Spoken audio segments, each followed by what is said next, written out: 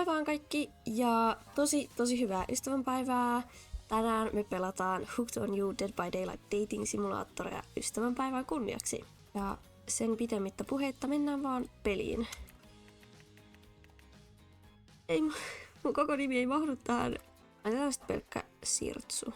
Se on ihan hyvä. Wake up on the beach, soaking wet, salt water stinging on the side of your throat as if you'd nearly drowned. Aika hullu. Water falls from your mouth as you open it to gasp for air. Mä en osaa lukea, mä en tiedä mitä tästä tulee. You have no memory of how you got here. In fact, you can only remember your own name, but not where you came from or a single fact about your life. What you do know is that despite the outrageous beauty of the landscape around you, you feel incredibly sick to your stomach. Wow, really went down the wrong pipe, huh? You need a minute, or can I go on? Yes, I can give you a minute. You've got plenty of time. Endless time, really. An eternity, if you catch my drift. Wow, not now, Ocean. Sorry, Sirtsu. May I continue? Yeah, please go on. Okay then, as I was... As I was saying, you look down at your feet, ankle deep in the crystal blue water of a newly arrived wave. As the water recedes back into the ocean, it reveals a grotesque discovery. Yay! Jonkun pää! A decomposing face stares up at you from beneath the sand. All you can do is vomit. A stream of dark bile, bugs, worms and other ick. Okay. Questions race through your mind. Where are you? How did you get here? Who is behind this incredibly charming and well-spoken voice in your head? However, answers don't come easy. Your mind is completely blank. What will you do?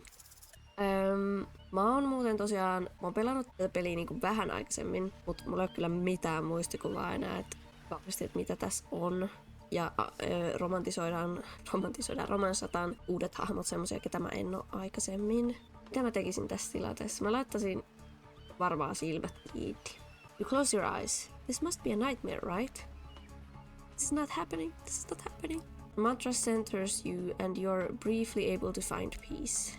The lapping waves go silent and for the first time in your entire life it feels like you're in control. When you open your eyes... yes, se on edelleen siinä. You're in the exact same place except now that disgusting corpse face is smiling at you. Even the dead have a wondrous time on our island. I promise you will too. Don't worry, you're going to do just fine. We wouldn't want anyone else. Well, that was sure weird. That voice again. Do oceans normally talk? Your memory isn't right, but you're pretty sure you remember learning as a child that oceans do not speak directly to people in spooky terms. Your mind doesn't have a chance to linger any longer on your current situation as you feel something soft bump into your foot. Mikä toi on? Lentopallo? When you look down, you find a volleyball sitting in the sand there next to you. You stare down, frozen. A voice calls out from behind you. A little help, please? You turn around, and when you see what's waiting for you, your jaw just about hits the ground. Wow! Kaunein nainen, mitä olen ikinä nähnyt! Komein mies, mitä olen ikinä nähnyt! Toinen kaunein nainen, mitä olen ikinä nähnyt! Ja vielä toinen komein mies, mitä olen ikinä nähnyt! Miten tämä voi olla mahdollista? Four gorgeous monsters stand halfway between you and the well-tended volleyball court. Miksi trapperi pousee tolleen? Miksi se hyppää tolleen tuolta? What is bro doing? Each of them oozes with undead energy, a magical aura reaching out and penetrating you via your eyes. Your heart begins to race. Curiosity, fear, desire. You can't help but stare at these casually dressed, let's call them killers, I don't know. Not to be judgmental, but that's just the energy they put out there. So many competing feelings rush through your mind at once that you are completely paralyzed. Nyt pakko sanoa, että puhuminen, puheen ääntäminen ja lukeminen on minulle valmiiksi jo niin vaikeaa. Ja nyt vielä pitää lukea englantia, niin olkaa armollisia sitten, Jouko. Hello? There are weird days, and then there's this. All you can do is look down at the ball and back up at this monstrous lineup of, well, literal monsters. Sexy ass monsters, though. What do? Heitän pallon takaisin. You bend down and grab the ball. It's warm from sitting in the sand on this beautiful day. When you give the ball a toss, it arcs beautifully through the air and lands right in Huntress's hands. Not bad, stranger. Huntress's muscles ripple as she grips it in her hand. You look her up and down and consider what it might be like to be held tightly in those strong arms. Warm, perhaps. Maybe a little sweaty, but that's okay. It's natural. Try hard much? Bleh. They're speaking directly to you, but you still can't bring yourself to reply. You're entranced. When you snap out of it, you realize that everyone has gone back to the volleyball court. Alone again, you look across the beach at these strange residents who casually bat a volleyball back and forth, happily ignoring your intrusion onto their private beach. Should you be frightened? Worried? Worried? Excited? I did refer to them as killers, not to give too much away. But at the same time, damn, they're looking very appealing in their own way. And nobody so much as lifted a blood-soaked finger in your direction. Don't be scared. You were made for this. Mä en muista enää mikä ääni mä annoin tuolle merelle. Well geez, if the spooky ocean voice says not to be scared, I'm sure it's all going to work out. With no good reason not to, you decide to head over and see what happens next. Oi oi oi, mitäköhän tapahtuu? It seems like you've derailed the volleyball game just by showing up. You derailed the game just by showing up, nitwit. And I guess you're unnitwit. Mä en tiedä mikä nitwit on suomeksi. Look, it's best to just go with what Trapper says when he says it. That's a policy I hold for pretty much anyone who always seems to have fresh blood on their hands. Hey, don't worry about it. It's all just a game. Existence, that is. Besides, you seem a lot more interesting than a silly game. What's your deal? What brings you here? You mean they're here to do more than distract from my total domination? That was Wraith. That sign means he was done with the game too. Either that, or he saw a butterfly, or something. Look, I don't care why this slack-jawed moron is here. I just wanna know, can I kill them or not? No, you can't. Okay. At least not yet. Okay. Oh yeah, not yet. You might wanna, say something. Actually, never mind. There'll be plenty of time for that soon enough. Right now, this group has some questions for you. But be warned, answer quickly and answer well. This is a timed quiz, and it'll be very important later. Mä oon todella huono ajastetuissa asioissa. Very important. Mä en usko, että tää on oikeesti tärkeä. Or not important, in any way whatsoever. Probably that one. Can't remember. No. How attractive would you say you are? Average. I'm pretty average, I think. Just another face in the crowd, another normal, meaningless life in an endless cycle. Okay, emo spirit. I think you're quite cute myself, like a chipmunk. Or a grizzly bear, okay? If you could have any superpower, what would it be? No näistä vaihtoehdoista ottaisin varmaan näkymättömyyden. Invisibility? Same, although sometimes I think I already am. What was your best subject in school? Näistä vaihtoehdoista hissa, koska en ole matemaattisesti kyvykäs, mutta en ole myöskään kyvykäs skippaamaan koulua. Olen skipannut yhden oppitunnin ja se oli vahingossa ja mulla tuli siitä aivan järkyttävän huono omatunto. Okei, mä oon kyllä skipannut koulu-uinnin kerran yläkoulussa, mutta sekin oli niin kauheaa henkisesti, että en ole sen jälkeen enää lintsannut koulusta tarkoituksella. Joten hissa. History? Nice. It's important to know what came before so that we're not doomed to repeat humanity's mistakes. I mean, we will always. We will anyways, but still. Nyt oli lukutaito kyllä. What's your favorite animal? Kissa. Kissa, obviously. Definitely a cat. What? Why is everyone looking at me?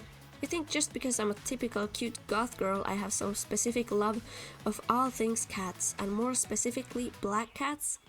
Well, I do, but you can all go to hell anyway. Sorry. What's your favorite color? Sininen, verenpunainen vai 3 päivää vanha ruumis? Mitkään näistä vaihtoehdoista ei ole hirveän kiinnostavia tai miellyttäviä mulle, mutta ehkä 3 päivän vanhassa ruumiissa on enemmän mielenkiintoisia värejä ja sävyjä. Nobody would expect me to pick this, so I'm gonna say 3-day corpse. That's a pretty edgy answer, right? I'm pretty dangerous. I talk about corpses. No biggie. Toi ei oo se, mitä mä ajattelin sen, mut okei, peli. Those are no good to me unless they've been frozen. you'd be pretty surprised by how quickly good meat can spoil. Or maybe you wouldn't be surprised. I'm still getting to know you. What's your dream job? Astronautti, yökerho, promoter, not working at all. En haaveksi töistä. If we get to do what we really want, why work at all? It takes a lot of courage to break free from society's expectations to climb the ladder. Only she could spin laziness into some kind of grand crusade. These damn millennials. Onks se milleniaali? Girl. Best flavor of ice cream. Suklaa. Miksi täällä on hevosen... Se on vaan niinku hevonen, miksi on hevosen liha. Ja ei edes niinku meat, vaan flesh. Suklaa. Chocolate. My favorite is pain. Same. Same here. Mine is vanilla. It's rolled with pain. Mutta niin originaaleja. I think mint chip is the greatest flavor ever conceived myself. But enough about ice cream. Am I right? Hold on a second. This reminds me. I am right. Always. It's a lesson you should learn before we go too much further. Do what I say if you want to survive. Pick mint chip. You're teaching a lesson now, narrator. You rascal. Kill or be killed is the rule on this island. Even for faceless voices. Tell me, what's the best flavor of ice cream? No, kai se on sit se mint chip. Best flavor is mint chip. Mä oon tämmönen sääntöjen noudattaja. So obedient. No joo. I think you're gonna be just fine. Anywho, now that they know so much about you, I'm sure the group wants to start getting to know them. Yeah. Now that they know so much about you, I'm sure the group wants to start getting to know them. Mä en ymmärrä tätä lausta. I'm Trapper. Nyt mä tutustun näihin. I pretty much run things around here. I'm the smartest, richest, strongest person on this whole island. Puuki, mä tiedän, että sä oot. Spoileri, mut Trapper oli mun eka romance tuossa pelissä. I don't like losers. If you wanna know what a loser is, say hello to Wraith. Hi, I'm Wraith. I'm nothing like everyone else. I like nice people and loathe big dumb idiots. Hey, what's up? I'm Spirit. I don't like most things. I don't really hate most things either. It's not worthy of my time. But the things I do hate, I really hate, you know? Based on my personal observations, life is nothing but suffering, and society is a carefully calculated lie to keep everyone subservient to those in power. It's better to choose to just not take part. Jeez, it's like she was downright murdered by society. She hates it so much. Niinpä. Oh no, wait. I'm remembering Spirit's story now. And that's almost exactly what happened. That's what I'm saying. Hey, I'm Huntress. Don't let these bummers get you down. There's lots of fun to be had on this island, along with lots of love. Yeah, there is, if you know what I mean. Grow up. Grow up, body. I've explained this 1,000 times. I'm dead, but I'm not a literal ghost. I just create a trail of fog. I'm not made of it. Whatever, fog body. That's not nice. He's not nice. You love it. Only sometimes. Yeah, really? That's disgusting. That's why she likes it. Don't speak for me. I also hate it. Stop speaking entirely, actually. For the first time ever, I agree with Wraith. Let's move on, otherwise they'll do this all day. Besides, if I know this crew, and I do, they'll want to show off soon enough. If we're done playing, let's do something else instead. Wow, for once I actually agree with the meathead. I say we go to my yacht. It's the massive boat dock nearby. Obviously. I'll give everyone a taste of true luxury and power. Wraith rolls his eyes. Don't mind him, he just hates fun and happiness. No, I hate the endless, desperate, soul-crushing pursuit of wealth, the way it's flaunted needlessly, and the cruelty it engenders. Genders? There's genders in this game? Yep. What about hanging out by the pool? I find the water calming, simple, beautiful. Hey, what about our volleyball game? We can exercise and have some fun as a group. Are you all serious? There's a perfectly good lounge to chill out right here. I'm tired, and besides, I hate being in the sun. Where do you wanna go? Nyt me romantisoidaan Spirit, mikä meinaa, että me halutaan mennä silleen loungelle.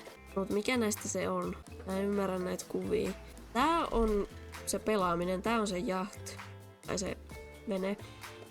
Mut kumpi näistä on uima-allas? Ehkä tää on se lounge. Joo. It would be great to relax for a second at the lounge. You kick up your feet, look out over the ocean and relax on your own terms. Who would want to do anything else? Dry, comfortable, enjoying a cool drink on a hot day. It's the best. I mean, what kind of fool, what kind of monster, what kind of mask-wearing psychopath would finally be granted a break from the constant grind of chasing and fighting to get ahead, and then choose to exert themselves in quite frankly any way whatsoever? Miksi mä romanssan tän Spiritin, kun se puhuu niin pitkästi ja niin vaikeilla sanoilla? Koska se on söpis. Why am I the only one who gets it? It's time to stop living by their rules. I don't want to do it any longer. Yeah, we should probably give her a second to calm down. Hold on. For just one moment. This is Dwight and Claudette, our activities coordinators. They're also the cooks, waiters, bartenders, janitors, and every other job. They're the only help remaining on the island. This place we call Murderer's Island. Cue dramatic musical flourish. None of the others survived the interview process, I mean. This is why we shall heretofore refer to them as survivors with a capital S. These two have worked here for a long time. So very long. I don't actually know how long it's been.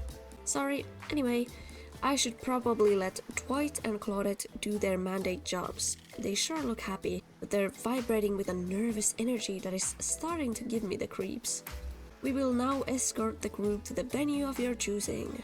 However, in the future, we recommend waiting for us to represent you with your options whenever possible, and don't just run off to various activities unsupervised. We don't have much autonomy around here. The least you can do is allow us to do our job.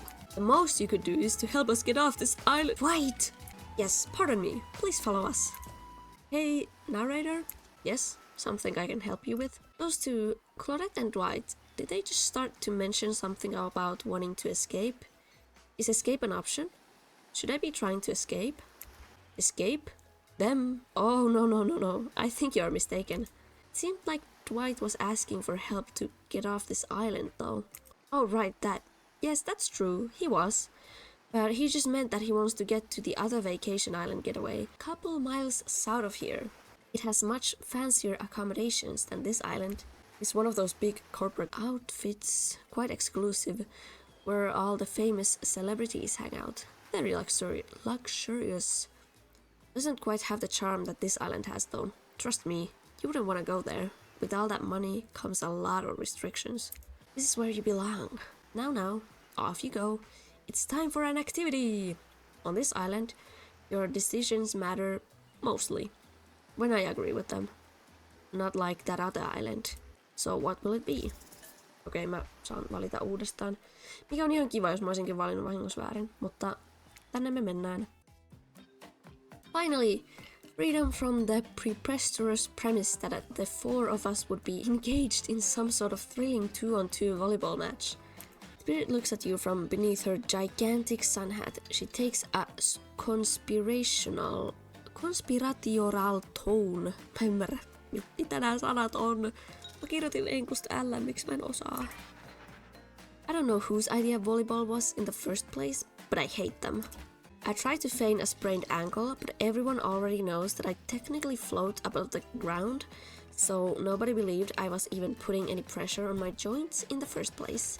Then I tried to annoy everyone by not giving a crap, and when that didn't work, I tried whining, and when that didn't work, I tried to kill every single person on this island. But it turns out I'm not the first to toss those kind of threats around on this island. Minä pieni cutie patootie. So, thanks, I guess, for getting it called off. Are we threatening to end each other again? Now it's Dwight who takes on a conspiratorial tone, his eyes shifting as he slips into a loud whisper. Please, just make it quick. Is what you'll be saying when we get behind the bar to make you the drink of your dreams. Ah! Hilarious, right? Right, Dwight? Yeah, right. So what will you be having? Minä en juo alkoholia, joten mä en tiedä mitä yhdetkään näistä juomista on. Ja mä en myöskään osaa sen perusteella arvailla, että mikä noista hahmoista approvaisi mun juomavalinnasta. Joten otetaan vodka-sooda, koska suomalaisuus ja vodka. Vodka soda, coming right up. Really takes me back home. You know, vodka is a very special drink to me. Warms the blood on a cold night in the woods. On occasion, I would, how do you say, bump into the occasional soldiers while hiking across the motherland. I always had a nip of vodka tucked away in a special little silver package in a special little hidden pocket. No one hides from me. A bit basic to be drinking vodka on a tropical island, no? And you're mixing it with soda? Really? No kivaa. Toi ei tykännyt mun valinnasta. Being passionate about being passionate is so last year. It's also my thing and you're making it look bad. That's 2 strikes. Since we've fulfilled your requests, it's time for you to return the favor. I should have known there was a catch. Icebreaker time! I swear, had I known they'd pull this kind of fox enthusiastic community building crap, I'd have suggested we attempt to walk to the lowest point of the ocean before I ever set foot near this bar. You don't think it would be kind of fun? A little fun? Never mind. I hate it. This sucks. But it could be fine. Or whatever you say. Has anyone seen my hat? Mä samaistun Wraithiin niin paljon. I've literally never seen him in a hat. If we must make small talk, I'm at least picking a topic before we end up being forced to do some lame improv game that nerds learn at their non-sports after-school activities that I definitely never did because I'm no nerd. Onko se ihan varma? Methinks a certain someone doth protest too much. Sitting here on this beautiful sunny afternoon, warm sand beneath the cool fog beneath my severed feet. The topic I choose is books. Novels, comics, fiction or none. Reading is the only real escape from the inescapable horror of life. The escape into your own world. A groan rose through the crowd. Not a lot of readers here, I'd imagine. Based on that response, they were much more enthusiastic about drinking. On pahoillani, että mä luen näin sönköttäin. Considering the situation we're in, it seems an appropriate time to ask you. Sirtsu, what's your desert island book? The one book you'd bring with you if you were, well, on an island like this. Oh, and it has to be a classic horror, for reasons that should be obvious. She means because this is an island of horror villains, and also those books are all in the public domain. Nothing too modern. Humanity has really gotten soft these past 100 years. So what's your favorite? Dracula, Frankenstein, Dr. Jekyll and Mr. Hyde. Why books? No thanks. Mistäköhän toi tykkäis? Mulla tuli kyllä ekana mieleen Frankenstein ennen kuin nämä vaihtoehdot edes tuli tähän, joten mä kokeilen sitä. Frankenstein? I didn't actually read it, but I've seen like 3 movie versions of Frankenstein. They've all been pretty good. Miksi tää mun tyyppi vastaa tämmösiä juttuja? En mä sanois noin. You know, you can lie to make yourself look smarter. They're killers, not mind readers. Niinku miksi sä sanoisit ihmiselle, joka lukee kirjasta, joka misinterpretataan niin paljon elokuvissa ja mediassa, että joo, en mä lukenut sitä kirjaa, mutta mä oon kattonut niitä leffoja. Kattokaa nyt Spiritin naamaa, she's not approving. Oh, that's a good one. Seeking knowledge but finding only death. Yeah, been there. Pitäisikö mun iskeä sittenkin Wraith? Ja me ollaan vähän enemmän samanlaisia. I can say that my experiments have been as successful, but well, fingers crossed. And fire? Don't even get me started. Experiments? Crap.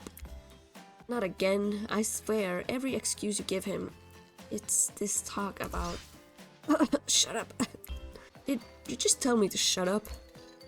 Sorry. Take it from me. This one likes to think he's the scientist, but he's actually the monster. Can't I be a little bit of both? Like I said, I haven't actually read it, but that sounds smart enough that I'd be willing to believe it's the true meaning of the story. Enough about these old stories that belong to someone else. I think it's time to make up some new stories of our own. Before you know what's going on, Huntress is waving an empty vodka bottle in the air, a devilish twinkle in her half-mask-covered eye. Might I suggest something a little naughty? Let's all get in a circle and spin this bad boy. Oh, what?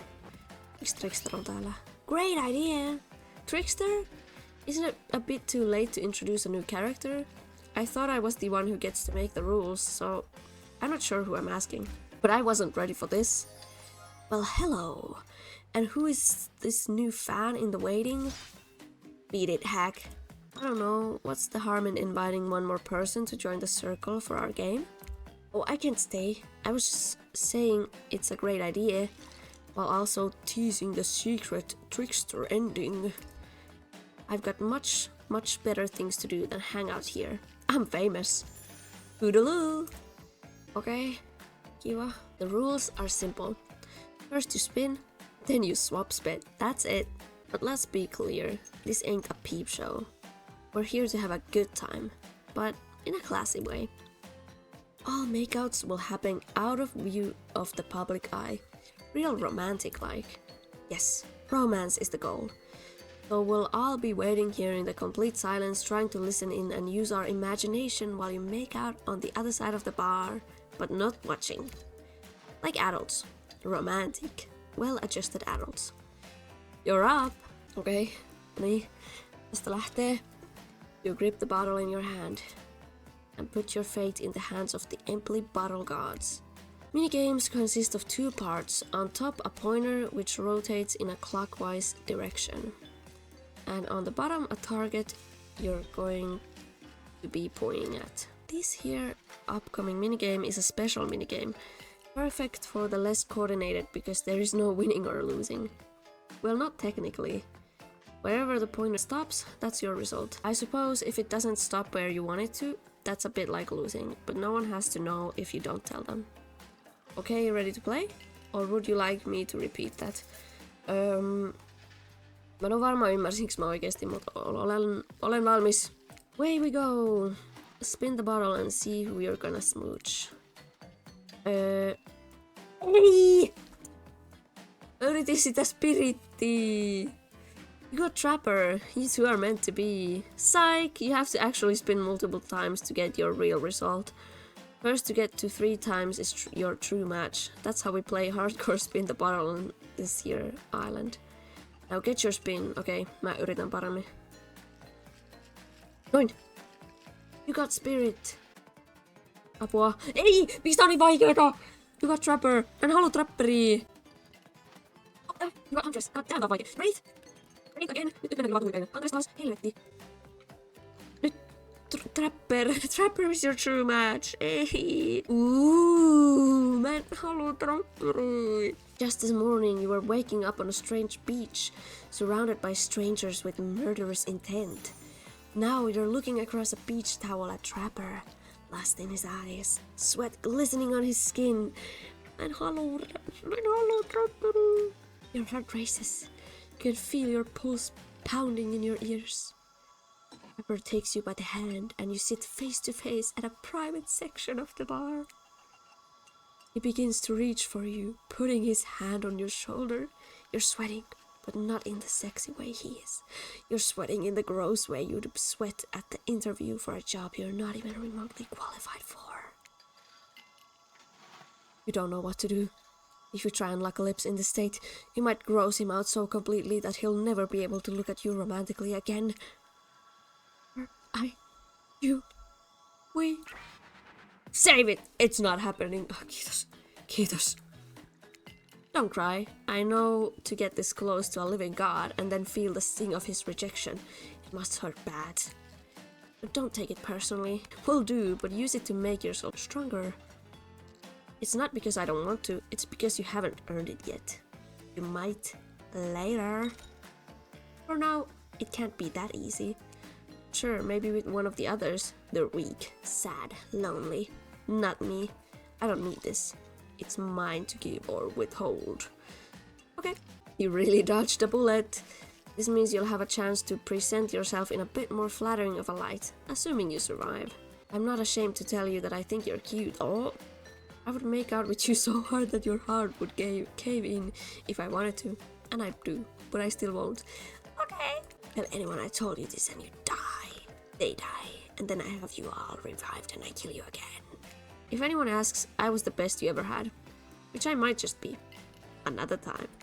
I hate to break up such a passionate moment that we only assume was passionate because we never spy on you constantly while you stay on the island. The dinner is being served right away and we must insist that you join us. We wouldn't want anyone dying of starvation. And there are so many more interesting things to die from. En kai mä joudun nyt roomassa trapperiin. En halua roomassa trapperiin. Tai siis kyllä mä tykkään trapperista, mutta ei tällä kertaa. Seems like the next activity is mealtime? How quaint. You were expecting what? Capture the flag? Do you know how complicated it is to run a game like that? Much more so than sitting and talking. You arrive at the cookout area to find an assortment of picnic tables scattered around. What were you expecting? Some kind of grand hall with a huge banquet table? This ain't some prestigious fantasy epic like you'd find on cable. White and Claudette usher you to your seat, but there's very limited seating directly around you. And oh, great, terrific! It seems that everyone wants to sit next to you. No, siis mähän olen aika snack. Even better is that they don't want to sit next to certain other people either. To start, no one wants to sit next to Trapper. Meanwhile, he refuses to sit next to Wraith or Trickster. Trickster, mene pois mun ruudulta. Oh yeah, Trickster is here? Surprised? Yeah, well, you don't call him expected stir? I'm sorry, even I get nervous around crowds of killers. And my whole shtick gets a little flustered. Hey there, you're looking good. Real good. And we literally can't let Huntress and Trapper sit together. No, seriously, their arms are too big.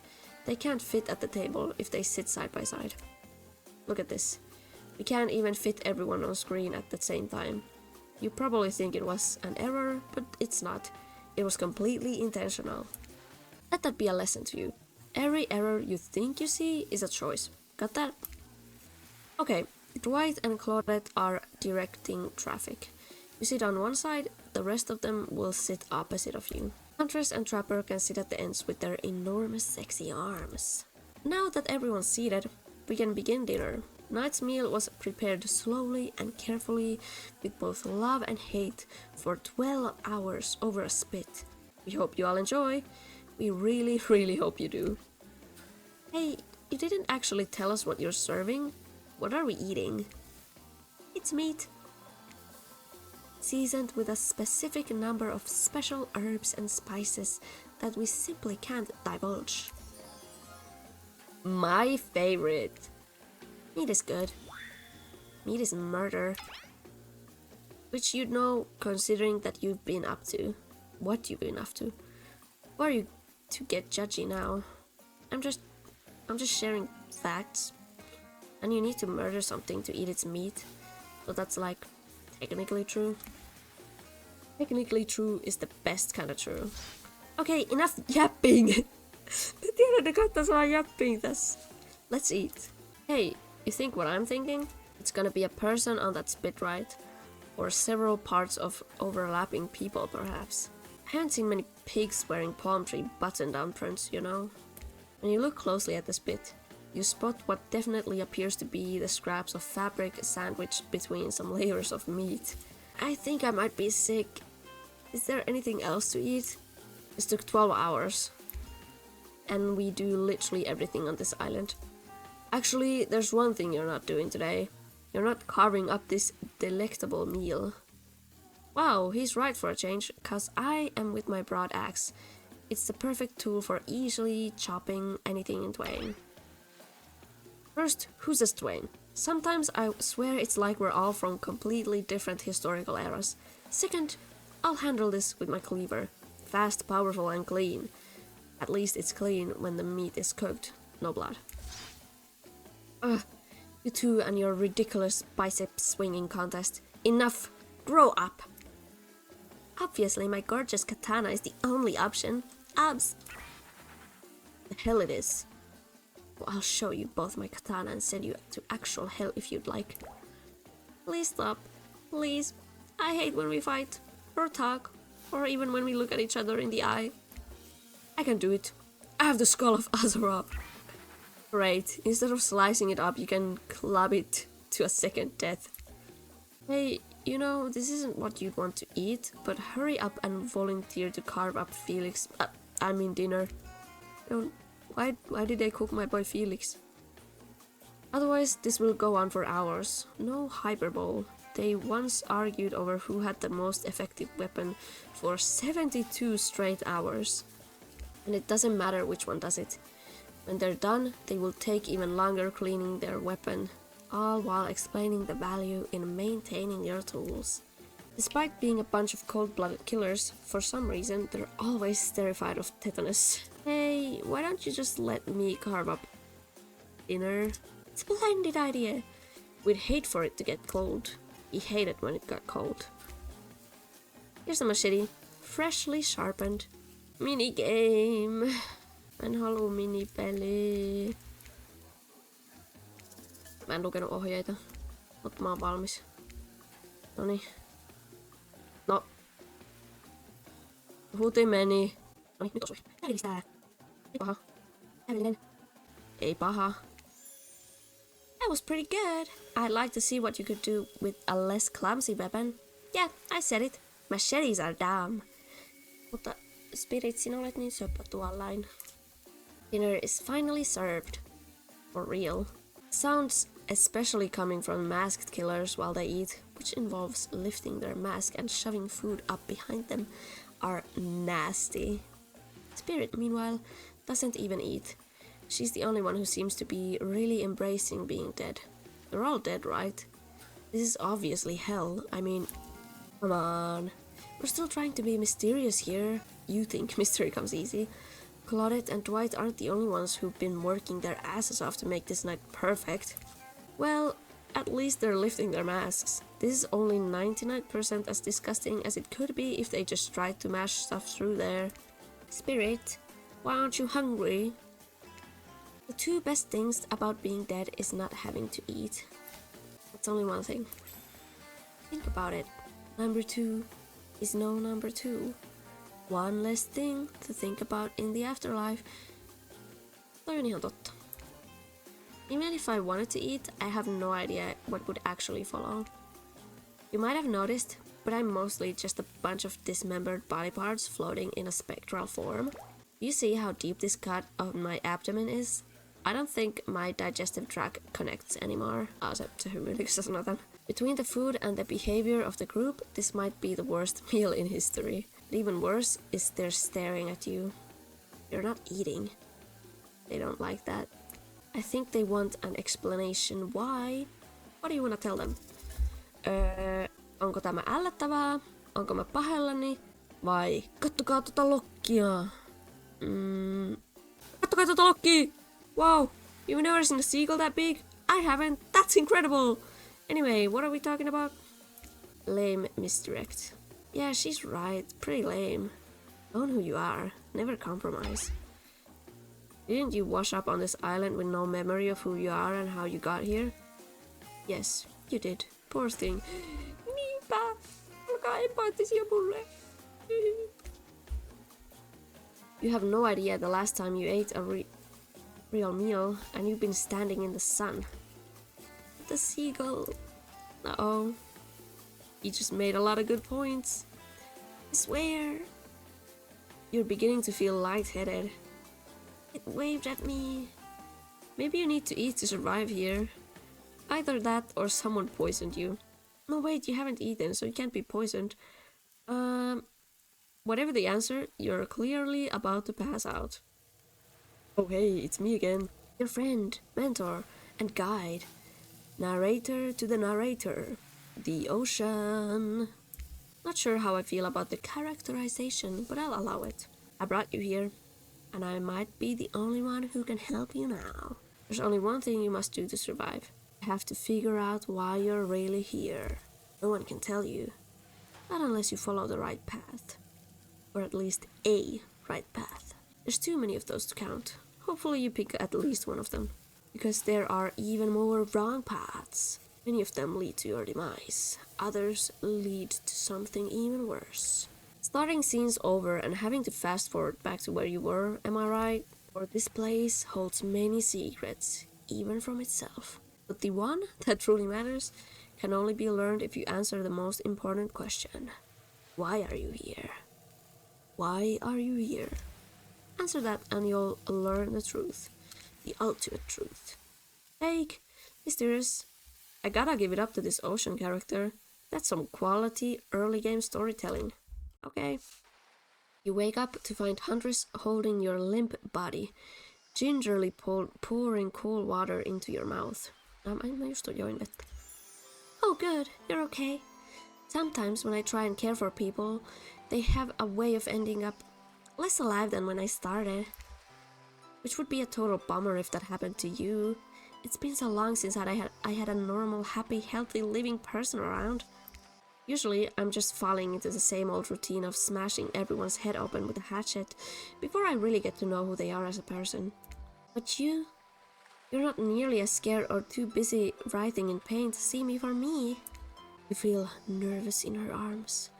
Not just because they're maybe crushing you a little bit, but because she's beautiful. Yes, beautiful. I was just gonna narrate that fact, not, say it out loud as a single word, like some creep. Beautiful mask, your bunny mask, it's gorgeous. Nice recovery, but now that you're awake and talking, you gotta keep it up. Did you make it yourself?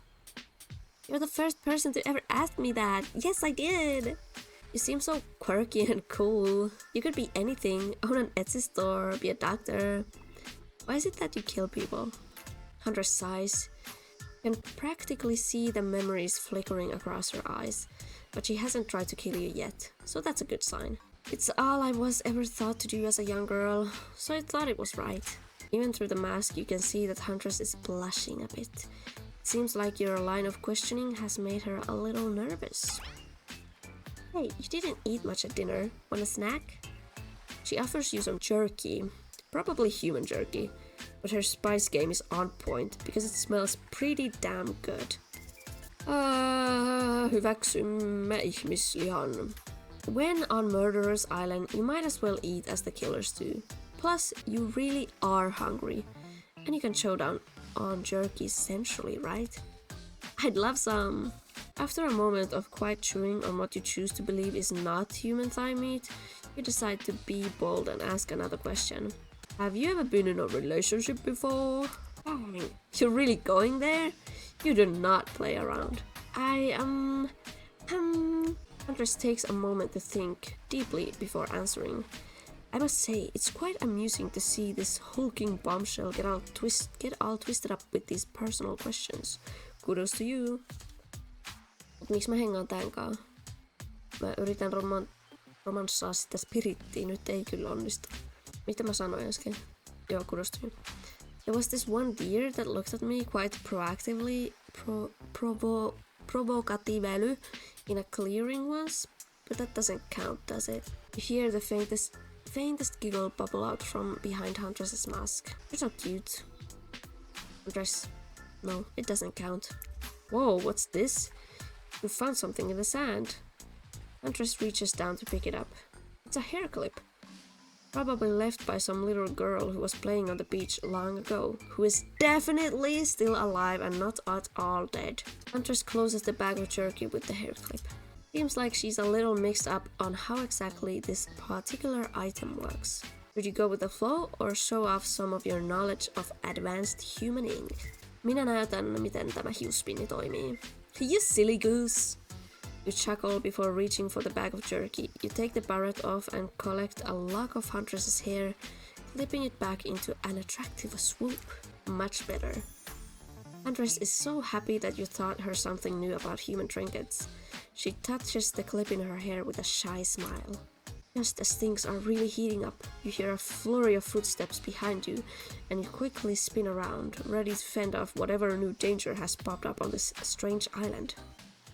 Only to find out that it's Dwight and Claudette, sprinting across the beach, clipboards in hand, which they're waving in the air above their heads. It's very important that we stick to the itinerary and attend each event as scheduled. Playing sick for a cute flirt point was not a part of this evening's activities. That's strictly slotted in for after campfire story time. At this rate, we'll be late. Playing sick? No time for excuses. Well, there is, but that's scheduled for after what comes after flirting. Go, go, go, go! Once everyone has gathered at the fire pit, Dwight and Claudette quickly make an announcement. We're not going to blame anyone particular, but someone, and we're not going to say who, so don't worry, hasn't been sticking to the schedule. That means that we're behind on time for evening activities. And we'll only have time for one person to share their special spooky nighttime story. Just one story? But story time is my favorite activity. This is a narrative heavy experience. You're telling us that only one person gets to share? How will we decide who? Oh great. We have to decide as a group? That never goes well. Whoever did this, step up now. I swear I won't be angry. I'll merely chop your head clean off. No fuss, no muss. Voice trembling, you realize this is probably it for you, but you embrace your fate. Sorry everyone, I think they're talking about me. To be honest, I still don't understand how this whole schedule thing works. I guess I lost track of time while I passed out. Been there before, even though it's taking more pressure off of me, which is an absolute dream come true. Is it really fair to pick on the newbie? Seriously? Has anything here ever happened on schedule? Even once? Damn it, Donald. If you try to flex that authority gimmick one more time, so help me. I'll snap your head off so quick, and then I'll drown you in his blood, Cynthia. Fuss and Muss are back on. You two know I love to hack, slash, and slice. We all know you love to kill. It's almost all you talk about. Nobody named any names. Whoever knows any names? Not us. I renounce my name. Who's Donald? Who's Dwight? Whoever knows anymore? Call me nobody. But we still gotta get started on story time. So, who do you think should go? Ah, damn it, that's a name. Please pick somebody quickly so that this tropical vacation doesn't turn into a bloodbath. Minä haluaisin kuulla Spiritin tarinan, koska haluaisin hänet iskeä. I choose you, Spirit! Whoa. This entire experience is being carefully crafted to avoid an IP-infringement lawsuit. Let's be careful with the catchphrase, Vilja. Really? You wanna hear from me? Spirit huffs and dramatically rolls her eyes as she gets to her feet in front of the campfire. Don't let her talk you out of it. She gets great with ghost stories. I don't know where she gets it, but she comes up with the scariest stuff. Seriously disturbing, even to me, and I literally pulled a guy's skull and spine out once with my bare hands. Talk about bullshit stories. If everyone else is going to chit-chat, I guess I can just sit down and... Huntress's eyes go red behind her mask, and both Trapper and Wraith take their seat. They know when it's worth fighting and when it's not. Well, I hate to break it to you, but tonight's story isn't scary. It's a romance. Too late now, though. I was selected, and so I'm going to tell my story. I call it... The Prisoner's Kiss. You notice that Huntress and Wraith are both sharing a giant tub of popcorn. Nobody offered you popcorn. It was a dark summer night. Warm rain seeped from the sky like blood from an old wound. Detective Hara, a celebrated investigator and renowned hostage negotiator, was called to the scene of a strange occurrence, unlike anything she had ever seen before. When she arrived, the scene was chaotic. Crowds had begun to gather. a dozen other officers were doing everything they could to keep curious onlookers away. But how could anyone resist wanting to know more? For there, in the middle of a busy market, had appeared a giant box, strange, alien in its appearance, and massive in size. No one knew how it got there. Was it delivered? Built on site? In such a busy area, how could something like this just appear? A mystery. It was as if conjured by magic. This was no illusion. The huge box was very real, and someone was trapped inside. Spirit pauses her story to look from face to face of each audience member. She has no expression, but you feel her vibrating with energy. She's in her element. "Help me!" cried someone inside the box. It was a man, terrified, trapped, imprisoned, his voice trembling. By now, it was as if every detective in the city was there, looking this strange structure up and down, inspecting it on every side. It didn't make sense. There were no doors, no windows, no fasteners or seams. It was completely solid, and much too heavy to move by hand. Solid, that is, except for a single small slit, just enough to see the bloodshot eyes of the prisoner trapped inside. "I don't know what happened. I woke up and here I was. I'm so scared. Please help me," cried the man, as if pleading for his life. No stranger to tense situations, Detective Hara confronted the man. She used her training to calm him and buy time for the other investigators. However, time did not bring clarity, only anxiety, as the night dragged on with no progress opening the box. And as the night grew longer, the seeping rain puddling on the ground, the man inside grew more desperate, more sad and lonely, more pathetic and in need of help. But Detective Hara was no help at all. Powerless to save him, guilt began to weigh on her like it never had before. "Don't let me die in here," the man begged. "Don't let me die alone." "Stay calm," instructed Detective Hara. "You're not alone. I'm here. Hell, half of the town is here. We're all in this together, and we won't let this be the end of your story." Looking through the narrowest of passageways, Detective Hara watched her own reflection in the tear-filled eyes of this stranger, sad prisoner. Together, they both wept in silence at the hopelessness of the moment. "Promise?" asked the man. "Promise that I'm not alone?" "Yes," she promised. "I do." Simple pledge. She felt an instant connection like she had never felt before. Not to her family, not to her friends, not to any other hostage she had worked so hard to free before. And so, when the man's eyes closed and backed away, it didn't scare Detective Hara, for she knew he would return. And he did, pressing his lips up to the narrow slit in the horrible puzzle box, repeating his question again, steam following from his mouth as he asked, "Promise? Promise that I'm not alone?" "Yes," she promised, "I do." And pressing her palm against the cold outside of the box, without truly knowing why, Detective Hara leaned forward and placed her own lips up to the opening, letting her breath creep into the strange structure, allowing her warm lips to fall on this man's. It was a gentle kiss, a moment of compassion. She could feel in his brief contact the beating of her heart, pulsing blood through her every inch of her body, matched beat for beat in his soft touch.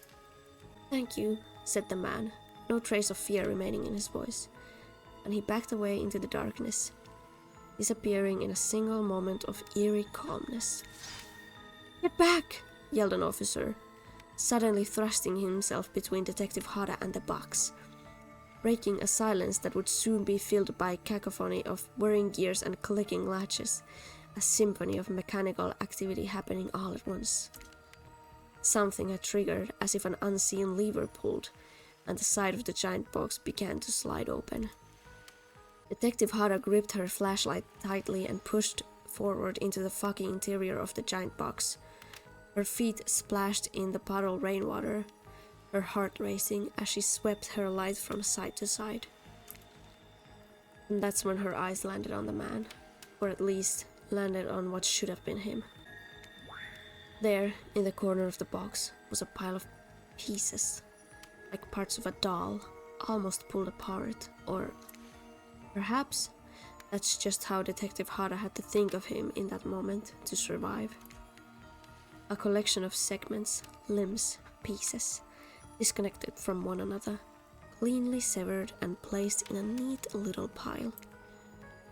And atop the pile, a head, cold, pale, eyes open, lips an icy blue.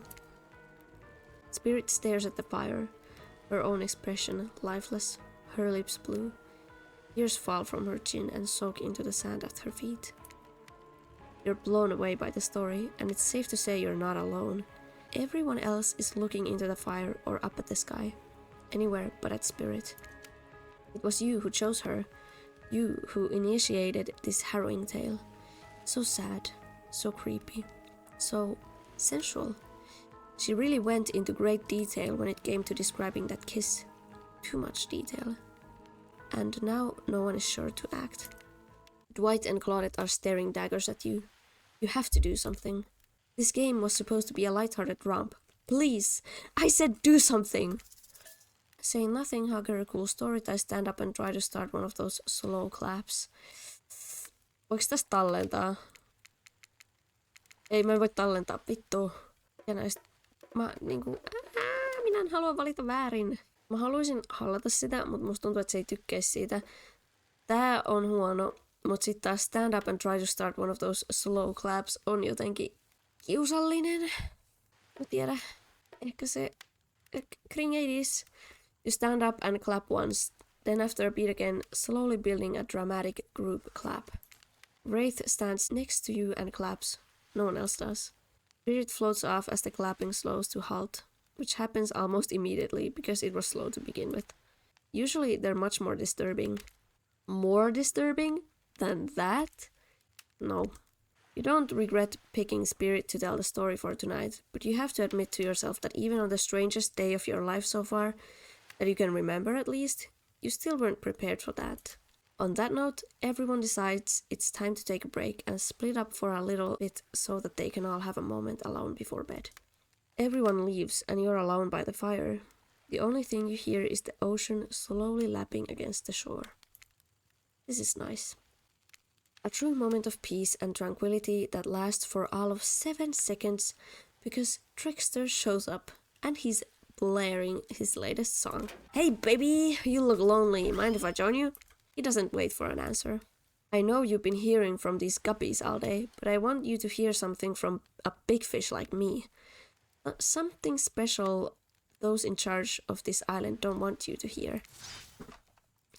I am the ultimate catch on this island, the only lobster in an ocean of sardines. No one can give you what I can. You just have to find me. Come find me, baby! Dexter leaves. You're a bit confused about what to make of his cryptic clue, but you aren't going to get any time to yourself to think about them just yet. Spirit approaches you. Yes! Yes! Yes! You know, I was watching you while I told my story. I could tell it was having an effect on you. This fog that follows me around. I could feel your breath heavily taking me in. You and I are both absolutely flabbergasted at that piece of information. Legit, you learn something new every day, even when you're a narrator. You're doing it again, right now. You need to calm down. You should come to the hot tub with me. Hot tub with Spirit. Let's go. Dipping in hot tubs with the Spirit. You've come a long way in a single day. I'm not saying you shouldn't follow her. An offer like that. Just don't forget our little talk. Spirit is the way. Spirit is the right way. You and your storyteller friend slip into the water. It's just the right temperature for an evening dip. Plus, if some jealous shark comes along and manages to jump from the ocean into the pool, you're also pretty sure your killer companion could handle it. I just want to be totally clear, even though that story bore some similarities to my life, It was not about me in any way, shape or form. Not symbolically, not metaphorically, not any otherically. I believe you, completely. Sure, you were cut into pieces in your life, and so was the person in the story. A perfectly normal coincidence. Sure, you're on this island, trapped, one might say, in a most puzzling place. Also a completely regular coincidence. And sure, his lips were blue. Your lips are blue. Really? You'd call this blue? Searching for answers, hoping to find revenge! Okay, so the similarities stop there, I guess. Coincidences. Sorry, the coincidences. Get this through your head, whoever you are. Samurai blood runs through my veins. Or well, maybe it has coagulated by now. No need to sweat the details. Regardless, I am a descendant of noble warriors. Thousands of years of training with bladed weapons preceded my entrance into this world. Do you know how many swords that is? A lot. You've gotta figure that with that many sharp edges, a person is bound to get disconnected from a body part here and there. Truth is, and I wouldn't typically share this, so don't go blabbing about it, I dreamt that story, like watching a movie in my sleep, when I was just a little girl, years before my father sunk his blade into my skin. I've never been able to shake it. That's a very adult story for a child to dream. Do you believe me? Totta kai mä uskon sua. I know we just met, but yes, I do believe you. The way you told that story, it clearly came from someplace deep. Fool! Who taught you to trust strangers? No anteeksi! You're going to get hurt if you don't learn to take better care of yourself. Now you've got me wondering, do I believe you, if you believe her or not? And if I know everything, because trust me, I do know everything. Don't I already know the answer to my own questions about it, if I believe your answer to Spirit's question? Whoa. Ocean air got me tripping. Sorry, I didn't mean to distract us both. What's important is that a certain corpsey cutie floating in a cloud of magical mist might still be waiting for you to say the right thing and free her from her puzzle box. If you believe that she is the... Damn it, got me going again. Unfortunately, before you can follow this conundrum to what will surely be a mind-numbing cycle of new questions, you find a certain someone standing before you with a fresh towel ready to dry you off. Sorry kids, but it's time for bed. I might be the youngest one here, but I'm no kid. I do, however, love being wrapped up in a fresh, clean towel. My mother used to help me wash my hair when I was young. She'd comb out all the tangles and tie a ribbon around it before sending me on my way. I miss her. You watch as Spirit stares off into the distance, her hand gripping into a tight fist. She doesn't notice you watching her at first. When she catches you looking, she turns away, roughly grabs a towel from Dwight and then pushes him and Claudette aside as she floats off. Miten minä pääsen tämän emon sydämeen? You head over to the campfire. The heat is comforting on its chilly night. Looking into the crackling embers, you think about Spirit's story, about the prisoner in the puzzle box. If you manage to escape this place, will you leave with your life? Or has it already been taken from you and it's just a matter of time until you make a gruesome discovery? Before you can dwell too much on your fate, Claudette and Dwight arrive, their own familiar creepy smiles stretched from ear to ear. It's a bit menacing to see a smile like that lit by a firelight. We must apologize for the accommodations. We weren't prepared for another guest, but we're going to make you comfortable. Or die trying! They hand over a pillow and a blanket and welcome you to snuggle up by the fire. Perhaps some music will put you at ease. Just try to keep the volume to a minimum. Our other guests aren't the types you'll want to rob of their beauty sleep. Ready? Away we go! As you relax and look into the fire, the radio begins to fuzz and flicker. You examine it and decide that you might adjust the dial and fix it. Otetaan vaikka 90. Let's see what's on the station. Mitä tää ääni on? En tykkää, listen more. 96. Let's talk about our community. Let's see what's on the station. Two major things. First of all, the community is you out there. It's you and everybody else either playing the game or talking about Mitä tämä on? creating content related Jotain hyvää musiikkia. inspired by the game to See what's on this station.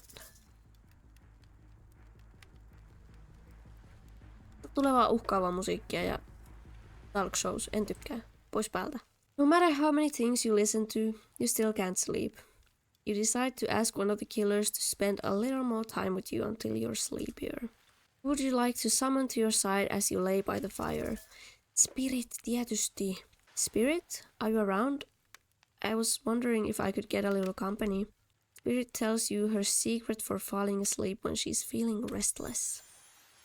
I like to listen to flute music, dab on some essential oils and steam my pores. Really? What?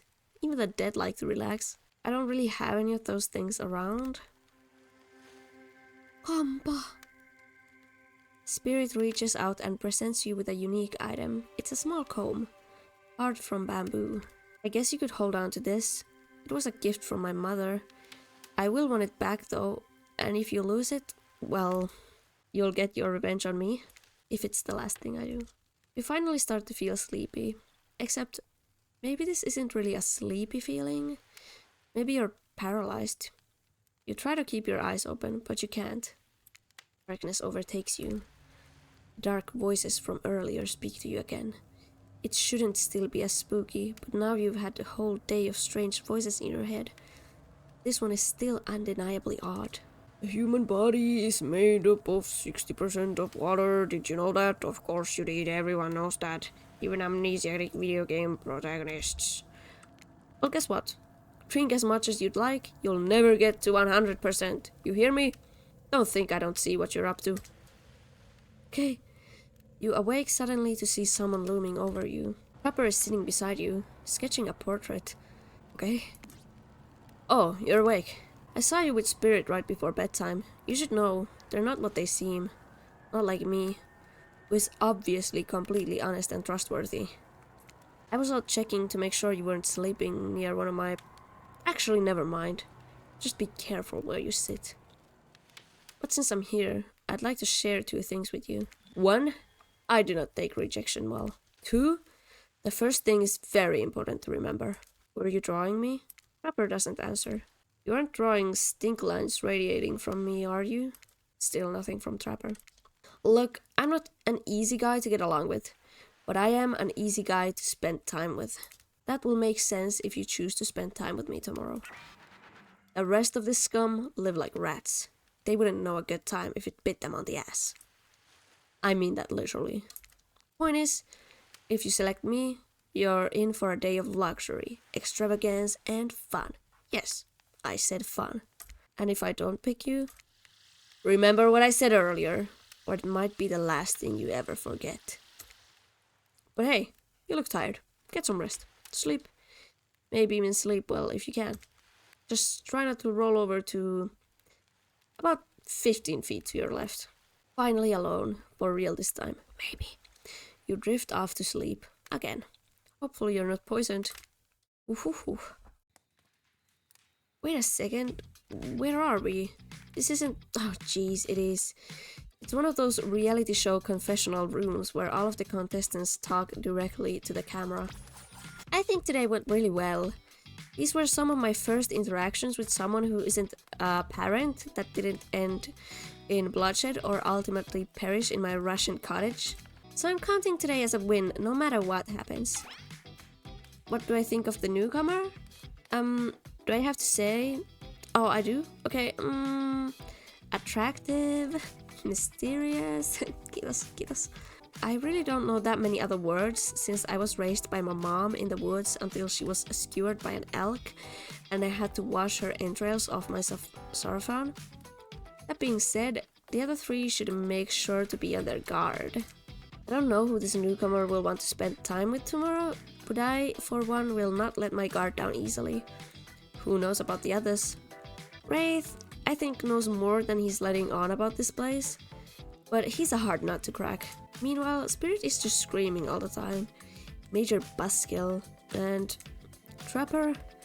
Oof, where do I begin with Trapper? He's buff, sure, but daddy issues much? Sheesh. Look, I don't need anyone. I've been perfectly fine on my own since my mother died. I eat a fine diet of raw deer, bear, and human, and I'm fit as a fiddle.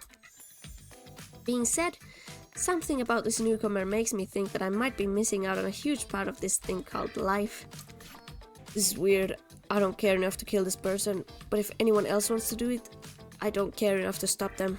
Might have to just guilt right to feel anything again. Yeah, today was fun. I don't want to get ahead of myself or really investing something that might hurt me, so I don't know. Maybe we'll just see how it goes. Or maybe they'll realize I'm not the one for them. They seem pretty smart, so that's probably what'll happen. I gotta learn to go easier on myself. Who would love me if I can't love myself? Niinpä Wraith. Oo kiltti itelles. I know that everyone thinks of me as a beautiful, cold-blooded monster. I can't help it. Circulation just isn't my thing. I don't choose to be cold. This cute hat and robe, okay, those are choices, sure. If someone were to come around and capture my heart, at least that beats being stabbed in it. Besides, if I'm gonna get bloody revenge on society that has used me and thrown me away, maybe it wouldn't hurt to have a little help. Mulla lähtee ääni, kun mä luen koko ajan. You open your eyes, the sun is shining, there's not a cloud in the sky, and you feel great, totally well rested. You're not even suspicious of the fact that you fell asleep by the campfire but woke up several yards down the beach. Wait, are you on vacation? Was yesterday nothing more than a strange dream? Nope, not a dream. You really are here for another day. Why? I have no idea. You're obviously a weirdo. Speaking of weirdos, I see the rest of the gang is hanging out on the beach. This is definitely not a dream. I wouldn't rule out nightmare just yet though. At least they make for a sexy bunch now. Talk about sexy, here comes Trickster carrying coffee. Morning, beautiful! I thought you might like a nice cup of joe to start this incredible day off, right? Miksi siitä tulee kallopilvi? Trickster seems suspiciously cheerful. I'm sure there's nothing nefarious behind his joyful demeanor though. Everyone knows musicians are morning people. I also want to wish you luck. Today is an important one. My only regret is that I won't be a bigger part of it. Budgeting issue. Also, I'm just swamped with engagement. Especially on the other island. Trickster winks at you. If you want to ask him how to reach the other island, now is the time. Never mind, he left. Well, at least he brought me a cup of... No, wait, don't drink that! What the hell was that? They don't call him Trickster cause he's good on skateboards. Mä en ois oikeesti juonut tota. Mun pelihahmo oli niin dumbass, että se ois vissiin. And he definitely didn't get the name because he brings people drinks so that they can have a good morning. That was almost certainly not coffee. And I don't want anyone casually poisoning, imprisoning, and torturing you. Yet. This is supposed to be a tropical paradise, the type of place you give a 5 out of 5, 10 out of 10, 2 thumbs up review to. Not an eternal prison of pain. And please make sure to leave a review, it really helps with the algorithm. Just trust me, I'm looking out for you. So can we please move on? Wait a second, how did you possibly omniscient, possibly unreliable narrative physically just knock off the coffee out of your hand? This is not a parliament and the floor does not recognize the ocean to speak out of turn at this moment. I need no recognition, for I am the ocean, I dominate the land, I submerge those who define me and become their watery grave. Actually, speaking of graves, I would like to say something. Something of grave importance. Fine, go ahead. Even if this place is an eternal prison of pain, and I'm not saying it is, even a place of extreme horror can still receive a 5 out of 5, 10 out of 10 thumbs up review, if it was crafted with love and or that's the type of thing you're into. You know, the ocean's right. A lot of hard work goes into a place like this. You should really You should really judge it on the artist's intent, and whenever possible, start from the mindset of giving them the benefit of the doubt. Constructing these elaborate simulations, vacations, is not easy to do. Sometimes there are some small bugs or inconsistencies, but that's just the nature of the process. Perfection is overrated. The universe is filled with mysteries. We ought to celebrate those who venture to bare their souls as part of the creative process. Mä en osaa nyt lukea, mä pidän pienen tauon, kuulkaas. No niin, jatketaan. Katsotaan, jos se ääntäminen lähtisi nyt vähän paremmin. We ought to celebrate those who venture to bare their souls as part of a creative process with the ultimate intent of making things for our enjoyment, not be overly critical of them. Are you two trying to sell me on this place actually being good? You don't have to say it like that, especially after I saved you from that poorly made cup of coffee. Sorry, we should have been here 5 minutes ago. They always do this on the second morning. On this. Sad, really. Even if they do make some great points. Oh sure, they make great points, I agree. Can we please move on? Yes, of course, apologies. The last few minutes aside, have you been enjoying your time here on the island?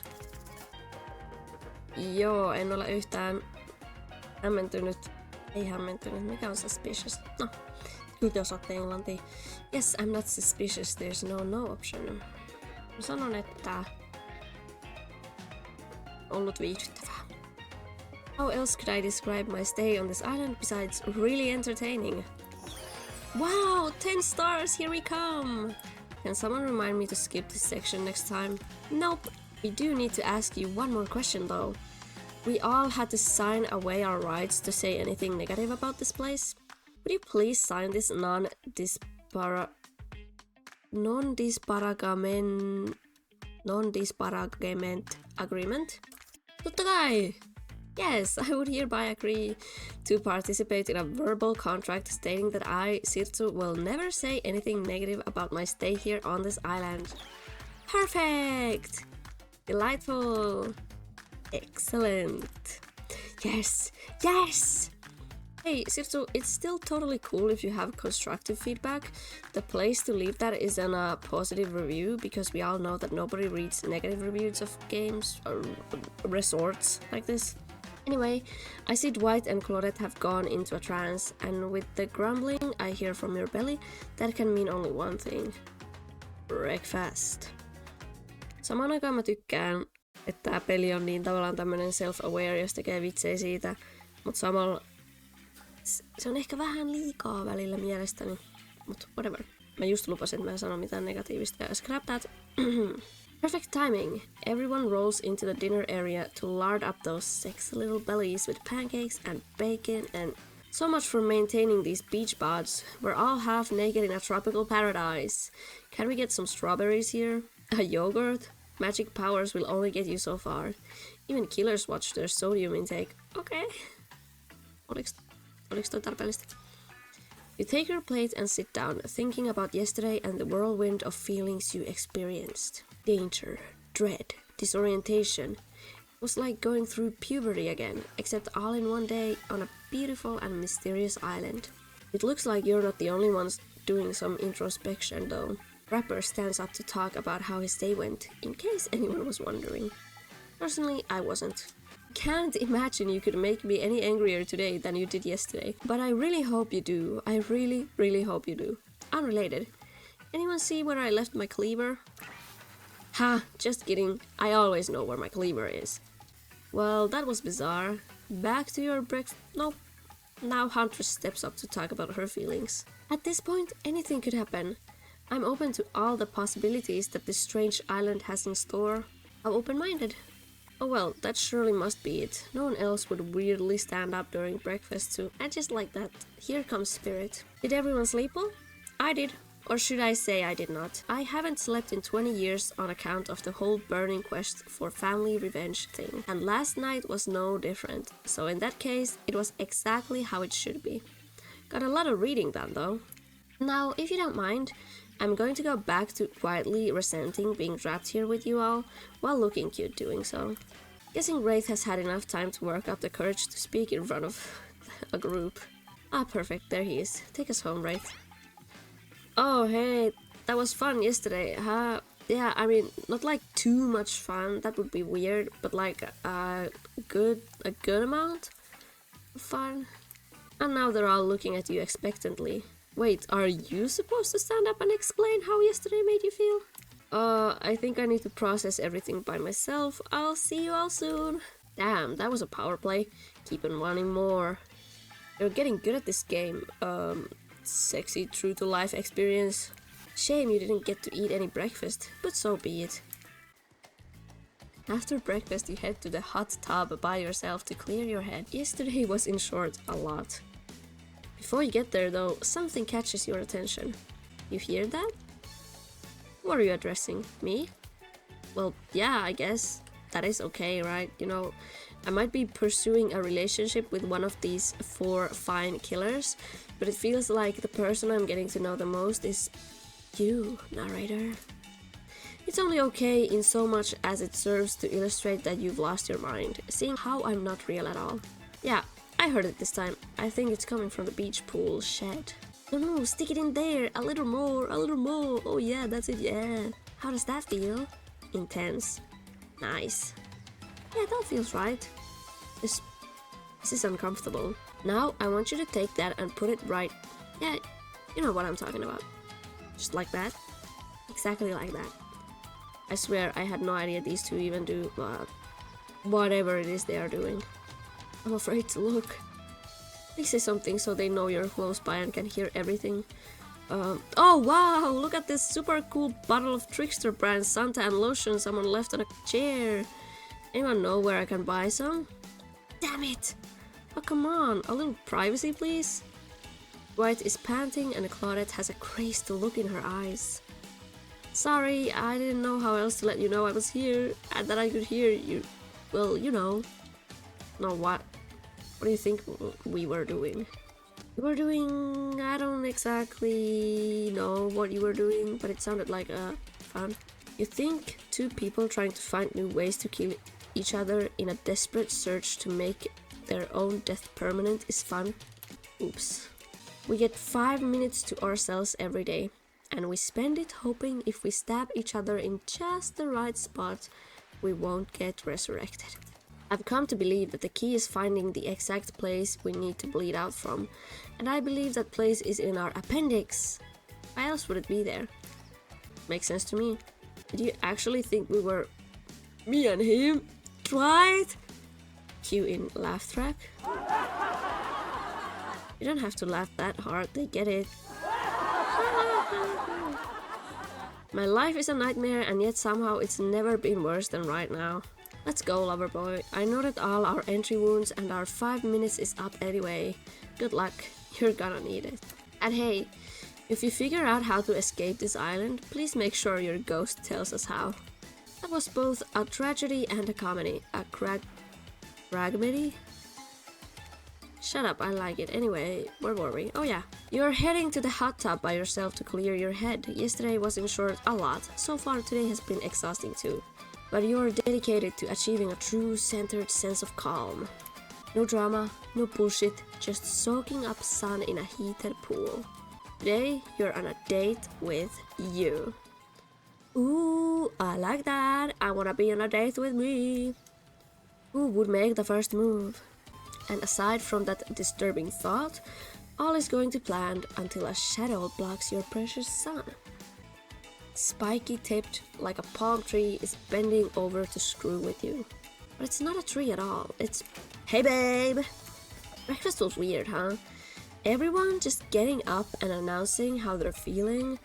Miksi tää Trickster on koko ajan mun ruudulla? Mä en halua nähdä sua. Mua ei kiinnosta sun olemassaolo. What's that about? Some forced kind of check-in with the group? I don't like it. Fishy. Kinda lazy. Whatever though. Breakfast is dumb. No one should eat before noon. Or after 4 p.m. Okay. Yeah, I do intermittent fasting. You see my abs, by the way? Not yo. I got dehydrated look. Maybe you can see them later at my private stage on the other island. You know, IP Island. Where all the Hollywood celebs hang out. If you play your cards right. I could give you a private show. Miksi on niin tiaisen näköinen? Catch you around! His abs are pretty amazing. You gotta give him that. And the blow-up bat? Threatening but adorable. Makes for an interesting silhouette. Genius design. Minä en ikinä sanoisi noin. A psychopath, just like the rest of them. You don't gotta give him anything. And we're not best friends. Just because we had a little talk about doing a little talking. It's not an open invitation to go smashing the fourth wall every 5 seconds. Niinpä. Okay, now that the guy's gone and we've got some ground rules established that we're definitely going to abide by, it's time to lay back, take some deep, slow breaths, and nope, another shadow. These people will not leave you alone. Let's see who it is this time. Ah, yes, Huntress, that makes sense. You two have gotten pretty cozy. Mut mä haluan spiritin. We should get out of here. I know a place that's quiet and out of the way. No one will be able to hunt us. Hear us there. Doesn't that sound intriguing? But immediately a flood of worry floods your brain. Should you pack a picnic? Bring your swimsuit? A pocket knife? You decide to bring as much as you can. You may have to make a run for it at some point and you should be prepared. But of course, you washed up on this island with nothing but the clothes on your back, so you've got nothing to gather. Are you really ready for this? They call her the Huntress, not the Hugstress. You look up at this towering goddess trying to form a sentence when suddenly, before you can decide if you want to go off with her, the spirit interjects. Objection. You really think you're gonna have fun with her? All the running and wrestling? And not like in the clever double-entered way, but actual physical wrestling. I'm exhausted by just thinking about it. Listen, you're kind of weird, and I'm kind of weird, and I don't know. I thought maybe you'd want to sit and ignore the whole world together for a while, yeah? Kyllä, kiitos. Olemme molemmat vähän outoja. Tough choice. You weigh your options quickly because you can only go on one date today, and you also don't want to be hacked into pieces for saying the wrong thing. It's always good to remember that these are cold-blooded killers, but you know what they say? When life gives you lemons, you make lemonade. Mä en tykkää sitruunasta. And then die a horrible, wretched, writhing death after drinking it because the lemons were poisoned all along. Sorry, this island has really got me tilted. So, who will it be? Totta kai Spirit. You gotta go with Spirit. You made the correct decision. But know this, just because you picked me doesn't mean I'm going to slobber all over you like a dog, understand? Toi sprite on tosi söpö. Ja ei tietenkään, en ikinä ajattelisi sinusta mitään tällaista. Sinä olet kissa. Well, of course, you've still got a lot to prove to me. I want to believe that our connection is real, but I've been hurt before. Literally. With a katana. A katana that I now wield in spectral form, you feel me? Because you will feel me if you try any of that macho trapper crap. Yeah, I feel you. Before you ask Claudette and Dwight to clarify, I'll just let you know that yes, it is too late to change your answer now. Hyvä. You and the Spirit arrive at the coast, overlooking the black lighthouse. It's old and decrepit, but still impressive. There's something magnetic about it. You can see why Spirit would be drawn to such a place. You look Spirit up and down and notice that she's wearing all black, just like the lighthouse. No, tässä on itse asiassa punaistakin. I'm noticing a bit of a theme. Is black your favorite color? Black isn't really a color at all. It's the absence of color. It's a void. Like a black hole. A place that swallows light. A dying star. Damn, now that's dark. You're confident that Spirit will vibe with this, but Spirit doesn't really care for science fiction. Not the type with spaceships and lasers anyhow. She's much more into that type of strange adventures that kick off right here on Earth. Earth? Is that where we are, you wonder? The lapping waves on the shore of the coast set a romantic tone. The fog that surrounds Spirit everywhere she goes blends perfectly with the mist rolling up over the rocky shoreline. She's at one with this place, and so are you. Peace doesn't last long, the peace doesn't last too long, however, as the lighthouse lets out an eerie howl like a monster dying. A spiraling black light stretched out across the sky. Toi musiikin muutos hämmensi mua ja sit mä taas meni kieli ihan solmuun. Spirit has to yell at you just to be heard. Oh yeah, it does that! The light and sound recede and the two of you sit in silence. Spirit lays a towel down and then pats on it gently. Clearly, she wants your company, so you oblige. When you do, she takes out some sunscreen and hands it to you. You're not exactly sure what to do. Is this an invitation to get in a little hands-on action? What else could it be? Mä sanon vaan kiitos, kun se on kohteliasta. Thanks. I forgot to bring my own when I lost my memory and fell into the ocean. No problem. I figured as much. Spirit turns away while you slather lotion all over your body. You need any help reaching those difficult spots? You see a hand floating around your back. Sure, why not? Spirit's hand on your back is ice cold, but she has a soft touch. When she's done, she takes care of herself. You watch as Spirit applies sunscreen to herself in the most unique way, by floating her own hand around her back to spread it on. Cool. Haluanko mä kommentoida mitään? Musta tuntuu, että se on vähän tommonen, että ehkä se ei halua, että mä utelen. Eli ei sano mitään. You look on in wonder, not sure exactly what's appropriate to say in this moment. While you're staring at Spirit's back, her head turns around and notices you looking at her. I'm sorry, is something wrong? I was just thinking about what you must have gone through to end up like that. It had to have been horrible. It was worse than death. At least death ends, eventually. But I wouldn't want to forget it. It literally made me who I am right now. Truth is, I could pull all of these bits of glass that are stuck in my flesh out right now, if I wanted to, but I don't want to. Each shard is a reminder of what my father did to me, and what the world did to him. That's why I refuse to play the universe's game. I hate the idea that I'll be forced to succumb to pressure the way he did in the end. The way that fear and anger filled him up and then came bursting out. The way his misery flooded our home and drowned us all. Yeesh. It's hard not to think about revenge. The dragon inside me, it's doing to me what the world did to him.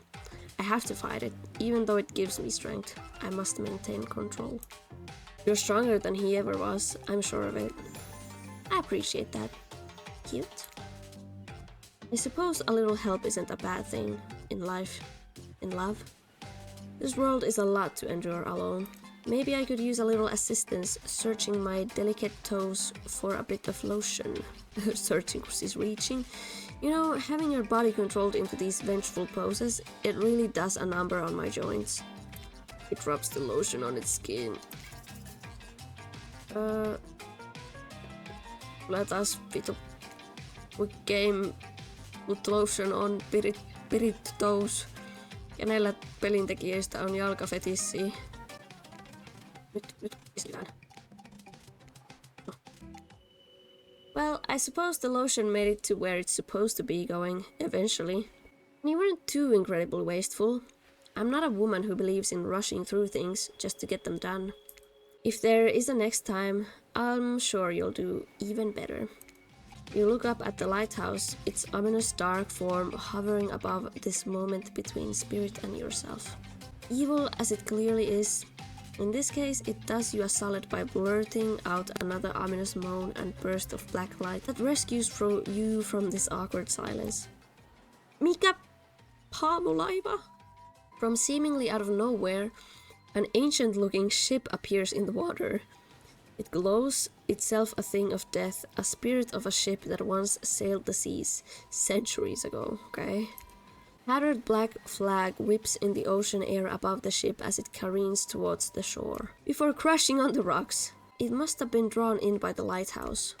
You hear the distant shouting of sailors as the old wooden ghost ship breaks up and sinks into the water. Oh right, it does that sometimes too. Should we, do something? Nah, the sharks will take care of it. Okay. Within a minute, the ocean is quiet again, except for the waves. Note to self, only sharks. But these time-traveling pirates, or whoever they were, you always saw you saw one of those skull and crossbones flags. Half sure. Aren't the only ones drawn here today. It's Wraith! He has emerged from the palm trees behind you. Makans, spirit Makans. I didn't come here to break up your date or something. I'm here for that! Mikä? It points to the lighthouse. It is indifferent to his attention. I've been seeing it in my dreams, shining its strange light on me. I can't avoid it. Through woods and walls, nothing seems to stop it from reaching out to me. Duh, it's a haunted lighthouse. It does that to everyone at some point.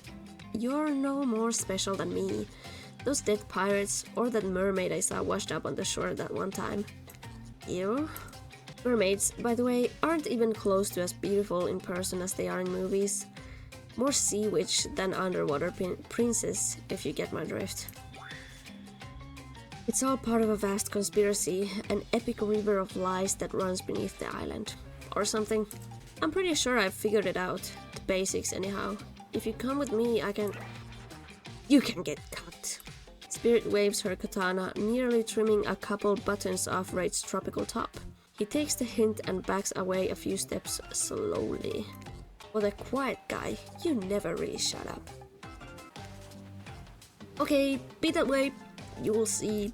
Alone at last, tension broken, deathly moans quiet, and Wraith banished back to wherever he hangs out. You scooch closer to Spirit, breathing in the damp, foggy air that seems to emanate from her. It's not quite clear how that whole fog thing works, but you don't even care. You're feeling this moment. Spirit seems to be feeling it too. She starts to adjust her rope, and you get a peek at the bathing suit beneath. For someone who seems intent on proving how little she cares about what everyone else thinks, she puts a lot of work into getting into that suit. It's got straps for days. However, you're so focused on what's happening with Spirit you don't see the next interruption coming. And Claudette and Dwight burst into you and interrupt whatever you were doing. It doesn't seem like they were worried they'd bump into much. We're here to make a very dramatic announcement!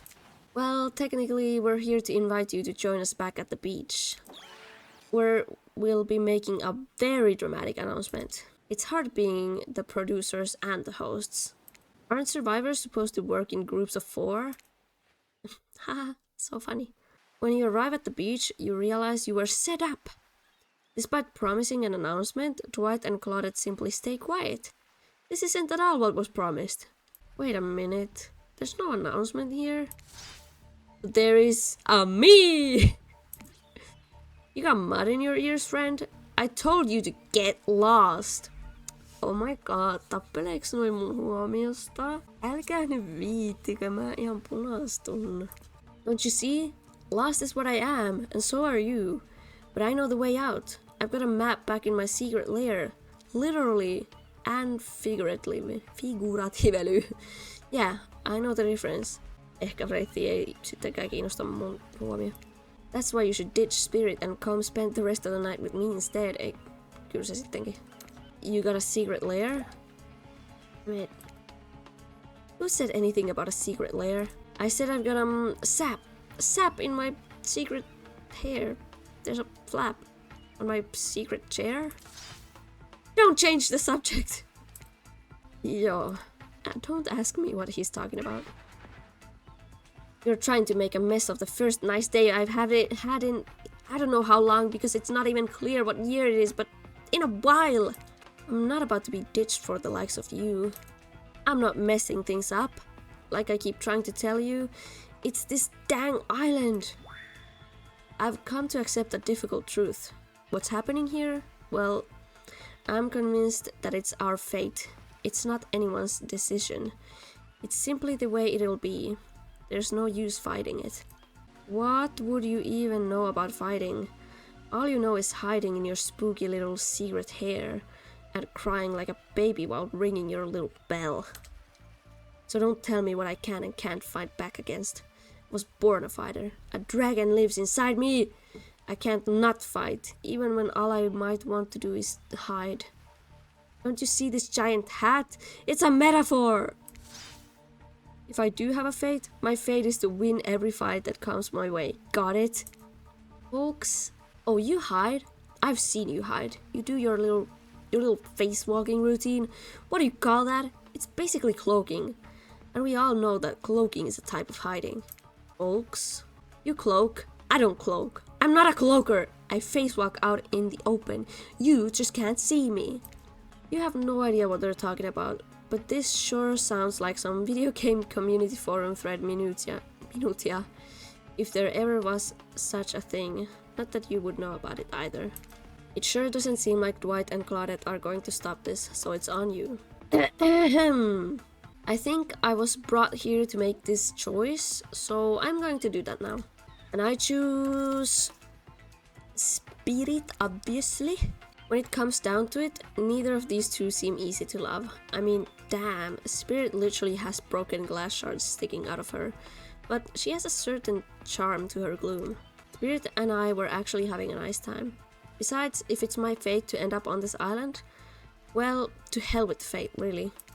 And don't take this the wrong way, Wraith, but the amount of awkwardness you pack into a single day, no wonder you're so skinny. All that second guessing yourself must burn a lot of calories.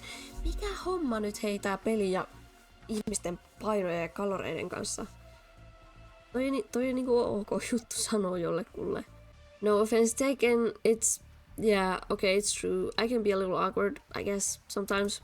Right, so I'm going to stick with Spirit. Spirit breathes a sigh of relief. I've got enough revenging to do without having to kill you and Wraith too. Spirit walks you around a corner to show you something that she discovered in this place and knew was meant to be connected with her journey. A cherry tree. It is just a small sapling, but it has begun to sprout flowers. It doesn't make sense to see a cherry tree here, in this place. It also doesn't make sense to see a ghost in a black bathing suit, so you just accept it. As Spirit steps up to the tree, a cold breeze pulls some petals off and they come cascading through the air around the both of you. Kuinka suloista. Do you know the meaning of cherry blossoms? They're beautiful, but also quite symbolic. Of course, like all good symbols, their meaning is pretty complicated. What do they mean to you? For many people, being among cherry blossoms is like being at a celebration of life. People travel great distances just to be near their vibrant beauty. However, as beautiful as they might be, they aren't magical, they're simply flowers. They quickly die and fade away, and for this reason they are also a symbol of the fleeting nature of life, of our fragile mortality. In a way, it's the specter of looming death that calls attention to this special moment. See and appreciate life. How does that duality make you feel? Mä sanon, että empowered, koska... Joo, empowered. The knowledge that life and death are a cycle has always given me peace. Accepting the fleeting nature of life, like the beauty of a flower in bloom, allows me to appreciate the moment without being too hung up on what comes next. Hyvä. Kerrankin tää mun hahmo puhuu fiksusta. As you explain, Spirit's face begins to look sad to you. You're not sure why. It's not the happiest topic, life and death. But why should that matter? And then it dawns on you. Spirit has been trapped in this ghastly state of death with no hope to cycle back, no rebirth. Her moment of blossoming life long gone. That scary time of death and decay that comes after the good part. That's Spirit's eternity. I feel like an idiot. I wasn't talking about you. I wasn't even thinking about you. You just answered from the heart. I can't let that bother me. Our priorities are not the same. I have my mission. Once the fallen cherry blossoms represented the souls of samurai warriors. Those with noble characters. Those who did not fear death. Those who were killed in the greatest sacrifice to honor their emperor. Their lives were short, but their purpose gave them beauty. Those warriors saw death coming, but they never despaired. They stood and faced it. They held their swords and struck down their fear. But despite the samurai spirit that lives on in me, in my noble bloodline, my life is ended, but my death continues to stretch on. The cycle is frozen. This cherry tree? It's not real. Though its petals fall, they soon replenish. It's as if it were installed here by someone. You watch as Spirit chooses her words very carefully. By something with no respect for the balance of life and death. We're sorry to interrupt! You know we don't believe you, right? Yep. But this time we've got a really good reason. And it has nothing to do with us being manipulated by an unscreened force. Because that's definitely not happening. Nobody accused you of that, but okay. We're just here to tell you that it's time for dinner, silly. Get it while it's hot. I guess it's time to go, or whatever. Thanks for spending some time with me today. I enjoyed it. Me too. Oh, toivottavasti mä sanoin nyt oikeita asioita. What a fun day you've been having. I can see it written all over your face. You're shining! And that's not just the remaining anxious sweat from spending an afternoon courting a psycho killer. No, you really are feeling this romantic experience. Don't worry, I'll keep your dirty little secrets. But enough gentle ribbing. It's time to get back to business. All the appetizing singles have arrived for dinner, including Trickster. Wraith is here too. We're not going to do a gag where we cram them all on screen at the same time again, so just believe me, they're all here, and they're just as sexy and demented as you remember them. With your love on the line, everyone is being very careful not to offend you by saying the wrong thing. Congrats, by the way, on getting this far. I'm as surprised as you are that these four are falling for you. No, not because of your personality, but because you just met them yesterday. However, since Trapper seems like the biggest longshot to end up holding onto your heart, he throws caution to the wind and speaks up. It's a pretty small consolation prize for being the least loved killer on Murderous Island, but hey, letting them have this one moment in the spotlight is the least we can do. Miksi tuolla on 2 is? And heaven knows they won't do any better than that. If I'm dining solo, I'm eating what I want. And you're all eating it too. Lamb shank. Rare, salt, pepper. No sauce allowed. And serve it with one single piece of broccoli, so Wraith won't complain. I like broccoli. Gives me horrible gas. Oh, I don't like that. Buddy, wait till you smell what rare lamb does to your bowels. It's awesome. Okay, dinner will be served shortly, but certain power brokers would like to know about your day. Would you like to share your day with the rest of the group? You've had an interesting day, that's for sure, but how will you describe it to the others? Say too much or too little and it could affect your standing with the group. Okay, but don't just sit there and say nothing. Nothing is not an option. Ollako koi vai gus? Ehkä me ollaan koi, koska musta tuntuu, että Spirit ei... Ai. Miksi tää sanoo niin outoja juttuja? Mä en olettanut, että se sanoo tommosta. No ihan sama. It wasn't really a date, more like two people avoiding everyone else and choosing to be alone, but doing it in a relatively close proximity to each other. Okei, se tykkäsit, hyvä. Jos mä ajattelinkin, että se ei välttämättä halua mitään hullua toitotusta. That's exactly right. Couldn't have not said anything of value better myself. Spirit is clearly happy with the way you portrayed your date. No surprise. She doesn't like people getting into her business. White and Claudette bring out dinner. Everyone eats in silence. No one trusts anyone now, and they are all very tired. Oh wait, no, sorry. That's a dreary, supernatural horror thriller set in Antarctica. Not a charming parody dating sim setting. An undisclosed tropical paradise. Bony appetite! Don't you mean bon? Nope. Almost everything we serve has a lot of bones in it. Even the vegetables. Okay. Impossible to avoid on this island. Everyone eats without speaking. Tensions are rising. Mitä musiikki on? Both of the sexual and deadly variety. When everyone finishes, Dwight and Claudette come back to clean up the table. They linger around you as they pick up your plate, take your napkin and dust crumbs off of the table. What would you like to say to the servants? Mä ignoran! Is there anything else we can do for you? Anything at all? Anything? A manners book, perhaps? It's fine. We're used to this kind of shabby treatment here on Jerk Island. Everyone, if you'd please be so kind as to follow us to the fire pit, we'd greatly appreciate it. We've been told something big is going to happen. Something that will change everything. You can go willingly or you can go unwillingly. You have no choice. Tough cookies. Did you have a choice on how you said that, dweeb? Yes, I immediately regret how I did. Good. Something needs to change around here. Fire is rebirth. Fire illuminates the soul. I hope the fire isn't too smoky. Smoke hurts my eyes. I have pretty sensitive eyes. I'm also horribly afraid of it. The fire, I mean, not my eyes, because of childhood trauma involving fire. And finally, everyone starts moving towards the fire pit. If only to get away from Riitt's complaining.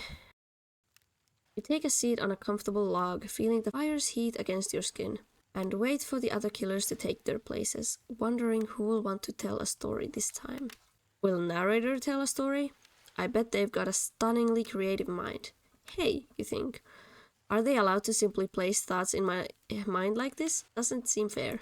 Everyone makes their way in, but something unexpected happens. Nothing. Nothing happens. Something almost always seems to be happening here, so nothing is probably not a great sign. Oh cool, and now everyone is looking at you. So, you know, do something. Should I pick someone to tell a story? Or we could play charades? Boggle? Well, we were actually thinking, why don't you tell us a story? Wraith points his spine and skull staff thingamajig at you. You duck out of its way. Who knows what the thing can do? Probably shoots lasers. Try not to bore us. We're just very interested in you. Don't speak for me, Huntress. Now, you can't tell if you're warm from the fire or if it's your nerves heating up. I know that the fire is right here, but maybe if we stop talking about it all the time, we can start to pretend it's not here and doesn't, you know, threaten to burn us all alive. He's not supposed to hear me. Get out of here, Wraith. Rizz was about to make an important decision about telling a story or not. Fine, I'll tell a story. Sure. I'm game to tell a story. I hope it's mystery! Okay, so what type of story do you want to tell? No niin, mistähän Spirit voisi tykätä? No ei ainakaan actionista eikä adventuresta, eli romanssi-idis. En mä oikeasti varma. I'll tell a romantic story. About two lovers who take poison together and die foaming at the mouth? Or about two strong hunters who meet when they both try to bludgeon the same Willy Wolverine? Not quite. It's about my parents. They met at a party in college. He was hosting, she'd been dragged there by some friends. They couldn't have been more different, and yet, as the night went on, they were drawn to each other. He made fun of his taste in music, and he took an interest in her major. Women's studies! They were married within 2 months. Oh, it's soon to know if you can trust someone, don't you think? It's so sweet! Exactly. I learned a lot about love from them. If you know, you know. Some people don't need years to get acquainted with their partners. Love could spark from a mere look across a campfire. Now you've got their attention. Each killer is furiously attempting to catch your eye from across the fire pit. Except for Trickster, who has wandered over to the bar and is loudly playing his own music on headphones to drown you out. Okay, that was not a very good story. I don't mean to insult you, but it was actually quite bad. Sorry, but this narrator keeps it real. We can't just end there. Mä oon samaa mieltä ton kertojan kanssa. Paskatarina. Who else would you like to hear a story from tonight? You look from killer to killer, trying to decide who might be the most entertaining. Minä haluaisin kyllä kuulla Spiritiltä taas tarinoita. I suppose I could tell a story. I don't really want to. But anything I say is sure to be better than whatever you got out of anyone else in this group. Like all good stories, I stole this one from someone in the past who is dead now and can't do anything about it. It's called The Bride. Technically I suppose the fiancé. One winter, a young couple decided that the next spring they would be married. Two were madly in love and could not wait for the snow to melt so they could join in a matrimony and unite their souls for eternity. Per the latest bridal trends, they decided to have their wedding ceremony at the edge of the woods by a beautiful shabby chic farmhouse. Together, they spent months planning the details of the wedding. The two created invitations, figured out seating arrangements, and tasted 100 cakes before settling on the perfect one. They chose lilikoi, by the way, so fancy. When it came time to figure out the decorations, however, the bride, the fiancé, I guess, since she wasn't actually married yet, wanted to take the lead and set the style. After all, her boyfriend had been wearing a cargo shorts and open-toe sandals for pretty much their entire relationship, so he was definitely not to be trusted. Having decided on such a lovely natural setting for the ceremony, the fiancée decided that she would create unique floral arrangements from the local wildflowers that surrounded the farmhouse.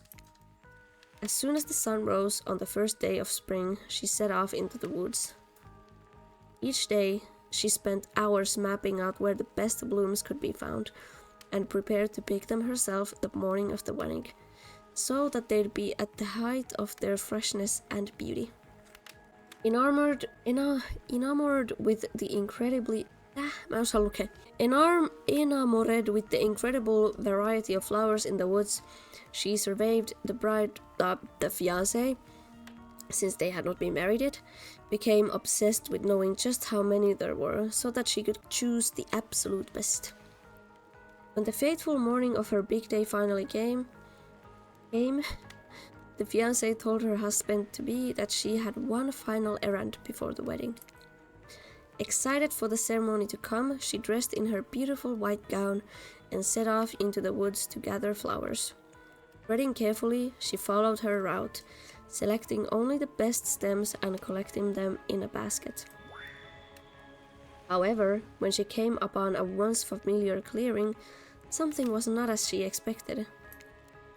Somehow, it was more beautiful now than it had ever been before, and just on the edge of her view was a new bush filled with blossoms so vibrant and colorful she became dizzy just looking at them.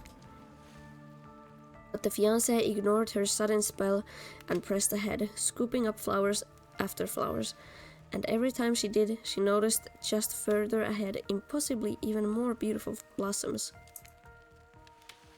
Carried by the sweet fragrance of spring air, the bride, the fiancé, crept farther and farther into the woods until she turned a corner, stepped over a mossy fallen tree trunk and realized she had been here before.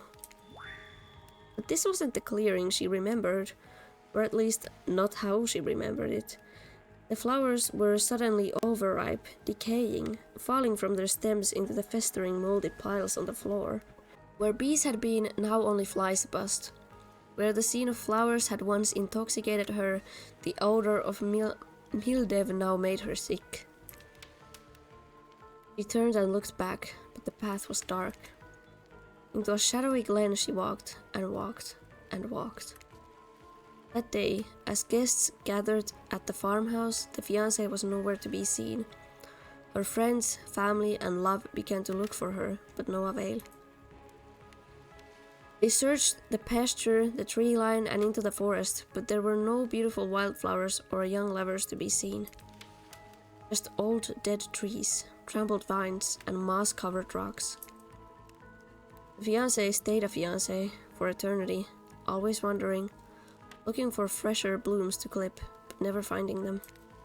Distracted by a never-ending search for perfection, unable to see that you are loved for who you are. Out there all alone. Thought it was beautiful and sad, just like someone we know. How was story time? A lot of people like to take potshots at sequels, but I think every good story deserves a follow-up. When you think it's the end, the sequel is almost never as rewarding as the original. That's why I'm much more fan of the episodic style of storytelling. Knowing it's a series takes a lot of pressure off of any individual installment and builds a greater sense of community between audience and creators. Tell me, if you could delete any sequel from existence, what would it be? Don't answer that, we don't actually care.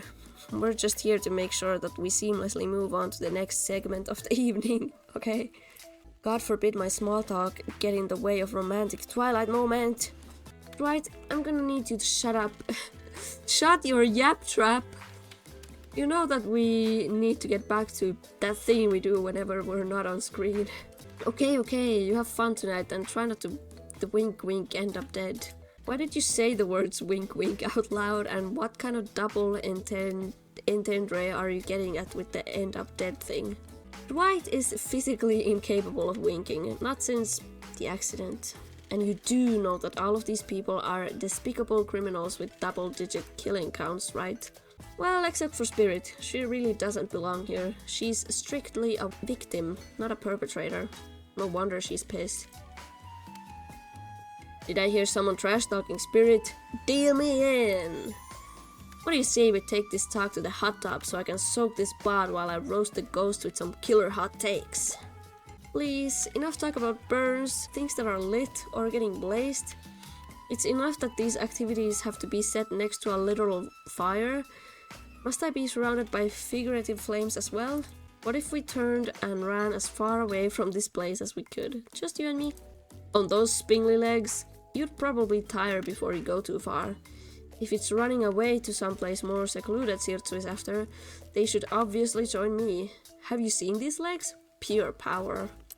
Not that my walk speed really reflects my giant stature, but that's because I choose to move slowly for stealthy reasons. It's my own choice and it's completely logical. Why is everyone so obsessed with comparing themselves to each other and creating drama?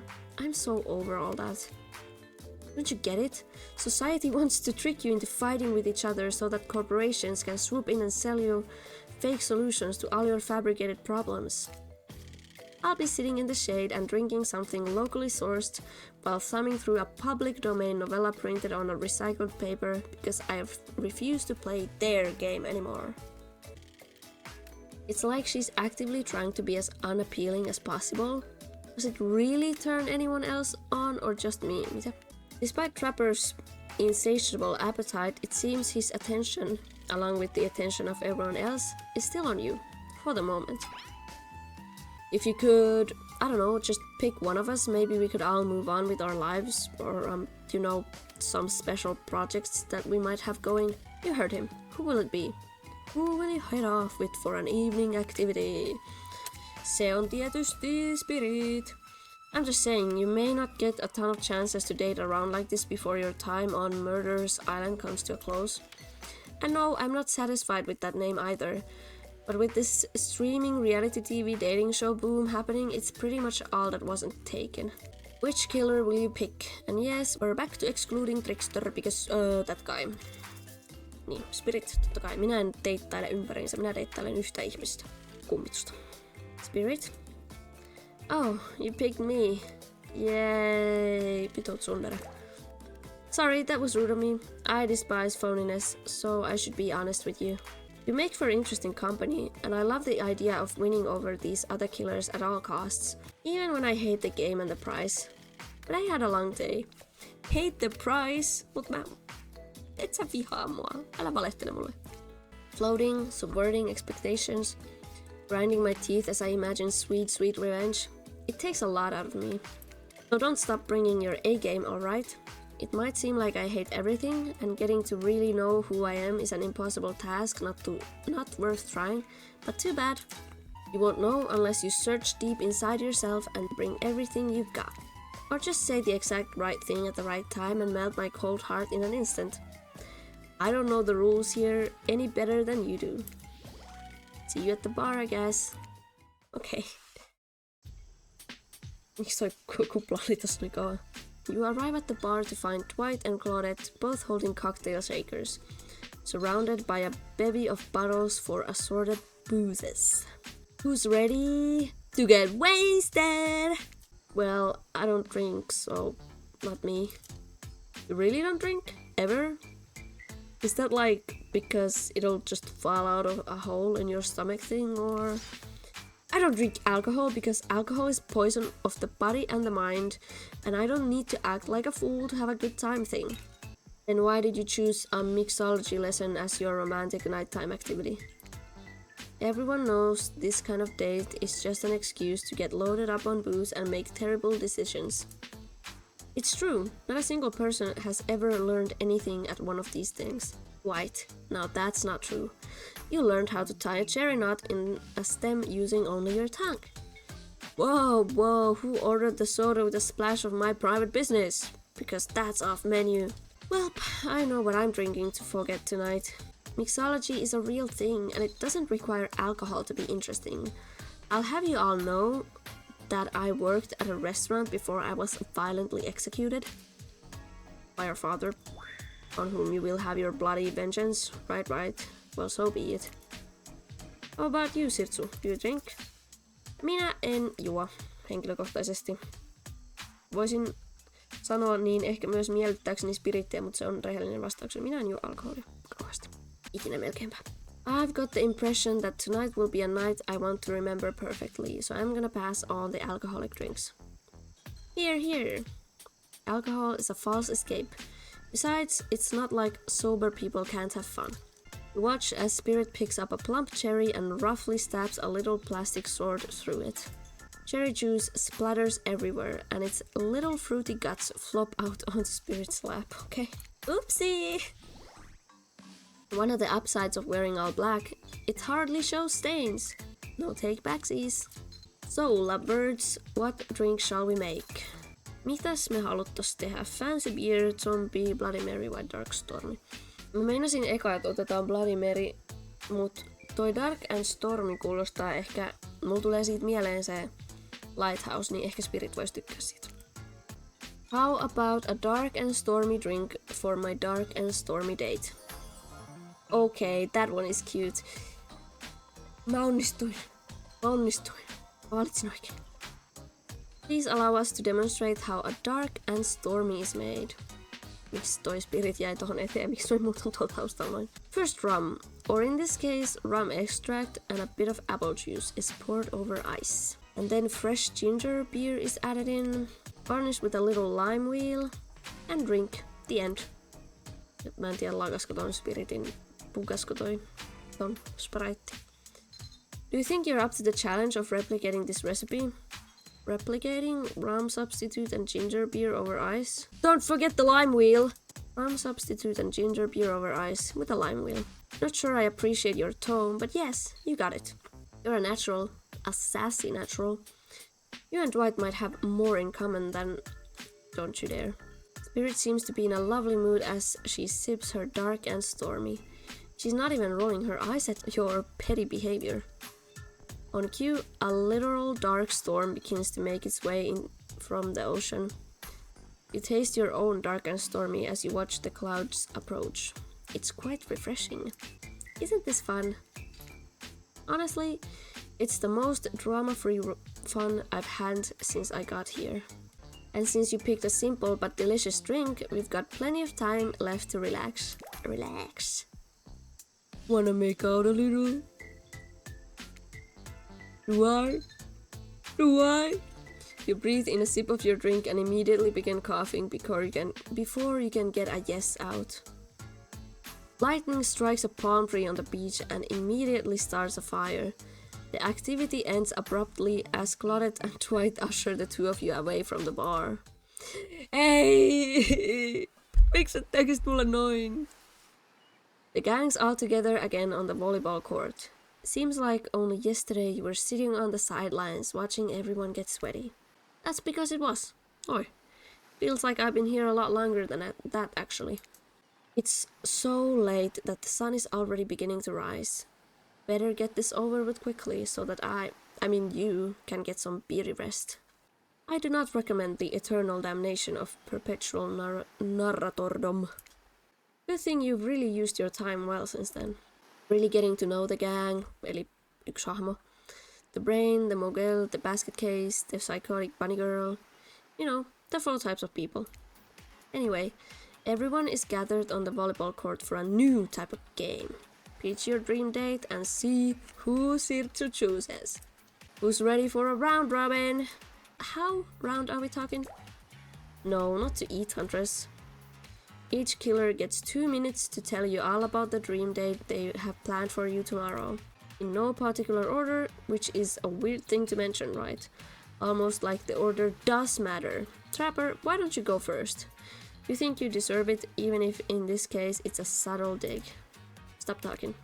Trapper, without further ado, would you like to make us all uncomfortable by pushing the boundaries of what acceptable not only in polite society but within the narrative of this in-world event and also the larger meta-narrative of Dead by Daylight dating experience? Sometimes you just gotta say it. Why yes, thank you, I'd love to. So, you're thinking of picking me? Well, this is your final warning. Pick me and be punished and rewarded? Tomorrow will suck, probably. I'm not an easy guy to get along with, I know that. But I can tell you this much. I'm hiding a secret on this island that will make fans shit themselves with excitement. If you like Trapper, you're gonna love it.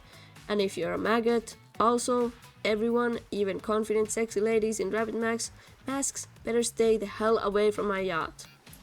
Great, Huntress, why don't you take it from here?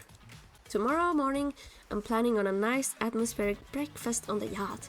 Don't worry, Trapper won't even know it's gone. What was that? Nothing, go away! Then, boy oh boy, I've got such an adventure planned. It involves hunting for treasure. What kind of treasure are we looking for? Guess you'll have to pick me to find out. Let me tell ya, it's primal stuff. Now, if you don't mind, I've got to start preparing, because it's clear already that you're going to pick me. Confident, mysterious, I like it. Sorry, anyway, Wraith? Well, I don't know, I'd really prefer to just tell Silti privately. I don't really know how that's going to work with these game mechanics. What if you just whispered it? Wraith considers this for a long moment. Too long. That's fine. Without moving, Wraith lowers his voice to a barely audible whisper. Tomorrow we have to find my bell. And then I can find out what I've been working on.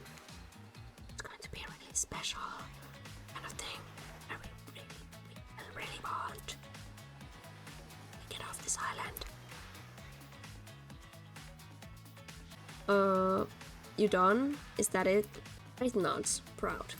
Pita spirit. Figuratively. Damn it, Dwight. You gotta watch your words with these people. Tomorrow, you'll spit in the face of God, die, and be reborn anew. That's it. If you're not intrigued by that, I don't want you. Go draw crayon art with Trapper or dig up whatever mysteries with Wraith. I don't know what those guys do all day. Do you wanna at least specify which god you'll be spitting in the face of? All of them! Okay then, so hydrate tonight if you intend to hang with Spirit. And time's up everyone! Gosh, you'll need to dream about these options so you're ready to choose in the morning. Now, go dream about all these swoon-worthy options so that you're ready to make a choice come dawn. Have a swell night! Did you two forget to mention something? Oh gosh, how could we forget? Before you run off to slumber peacefully, there's one more thing to do. No reality survival dating competition parody would be complete without singling out one of our contestants who is already teetering on the edge of a psychological break and giving them a little push. Hold up, this has been a survival dating competition parody this entire time and I'm just now finding out about it? Come on, the signs were there. You just didn't read them. Welcome to Murder Island! It's now time to eliminate one of the killers. Oofs, it's like a butchering, but it hurts even worse. You can't kill a killer, but can you break their heart? Do you dare to even try? You mean? That's right. Tomorrow one of these sexy slicers will not be eligible to take you on a date. Who's it gonna be? But why? 'Cause dramatic? Because it's surprising? Because it's a classic reversal of fate. And it will hurt someone's feelings! Someone dangerous. What's it gonna be, champ? What's your thought process here? Rapper seems like he might throttle you in your sleep if you eliminate him. That being said, at least you'd see him coming. Spirit could be anywhere. She floats. And I hear she can disappear. Hard to track. Eek, if you get rid of Wraith, he might cry. And although I totally support normalizing men crying and being vulnerable, it just seems like he might be an ugly crier. Huntress, she might be okay with it, but then you'll start seeing her behind every tree. What I'm trying to say is, I don't envy you, boss. So which sociopath are you eliminating? Rizz, koska siitä tulee vähiten semmoset vipat, että se murhais mut, jos mä eliminoin sen.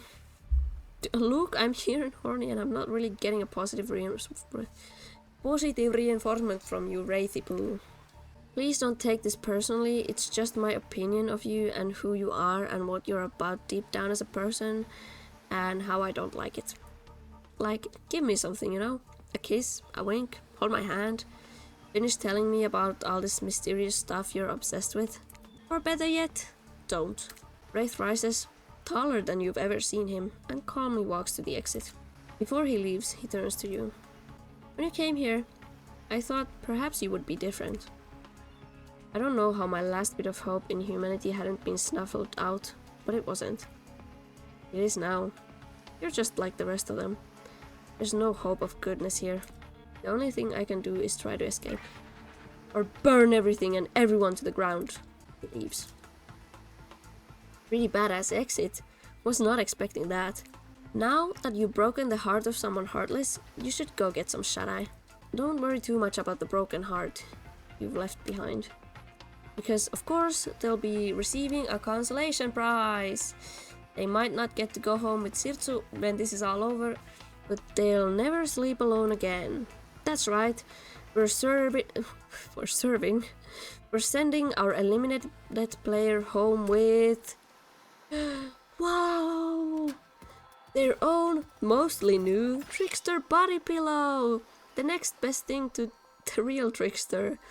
It might not hug you back, but it definitely won't try and stab you. And how do we know? Because I've tried it! That's right, it's dried tested. Claudette approved! I hope you sleep well tonight. You're my hero for what you've accomplished.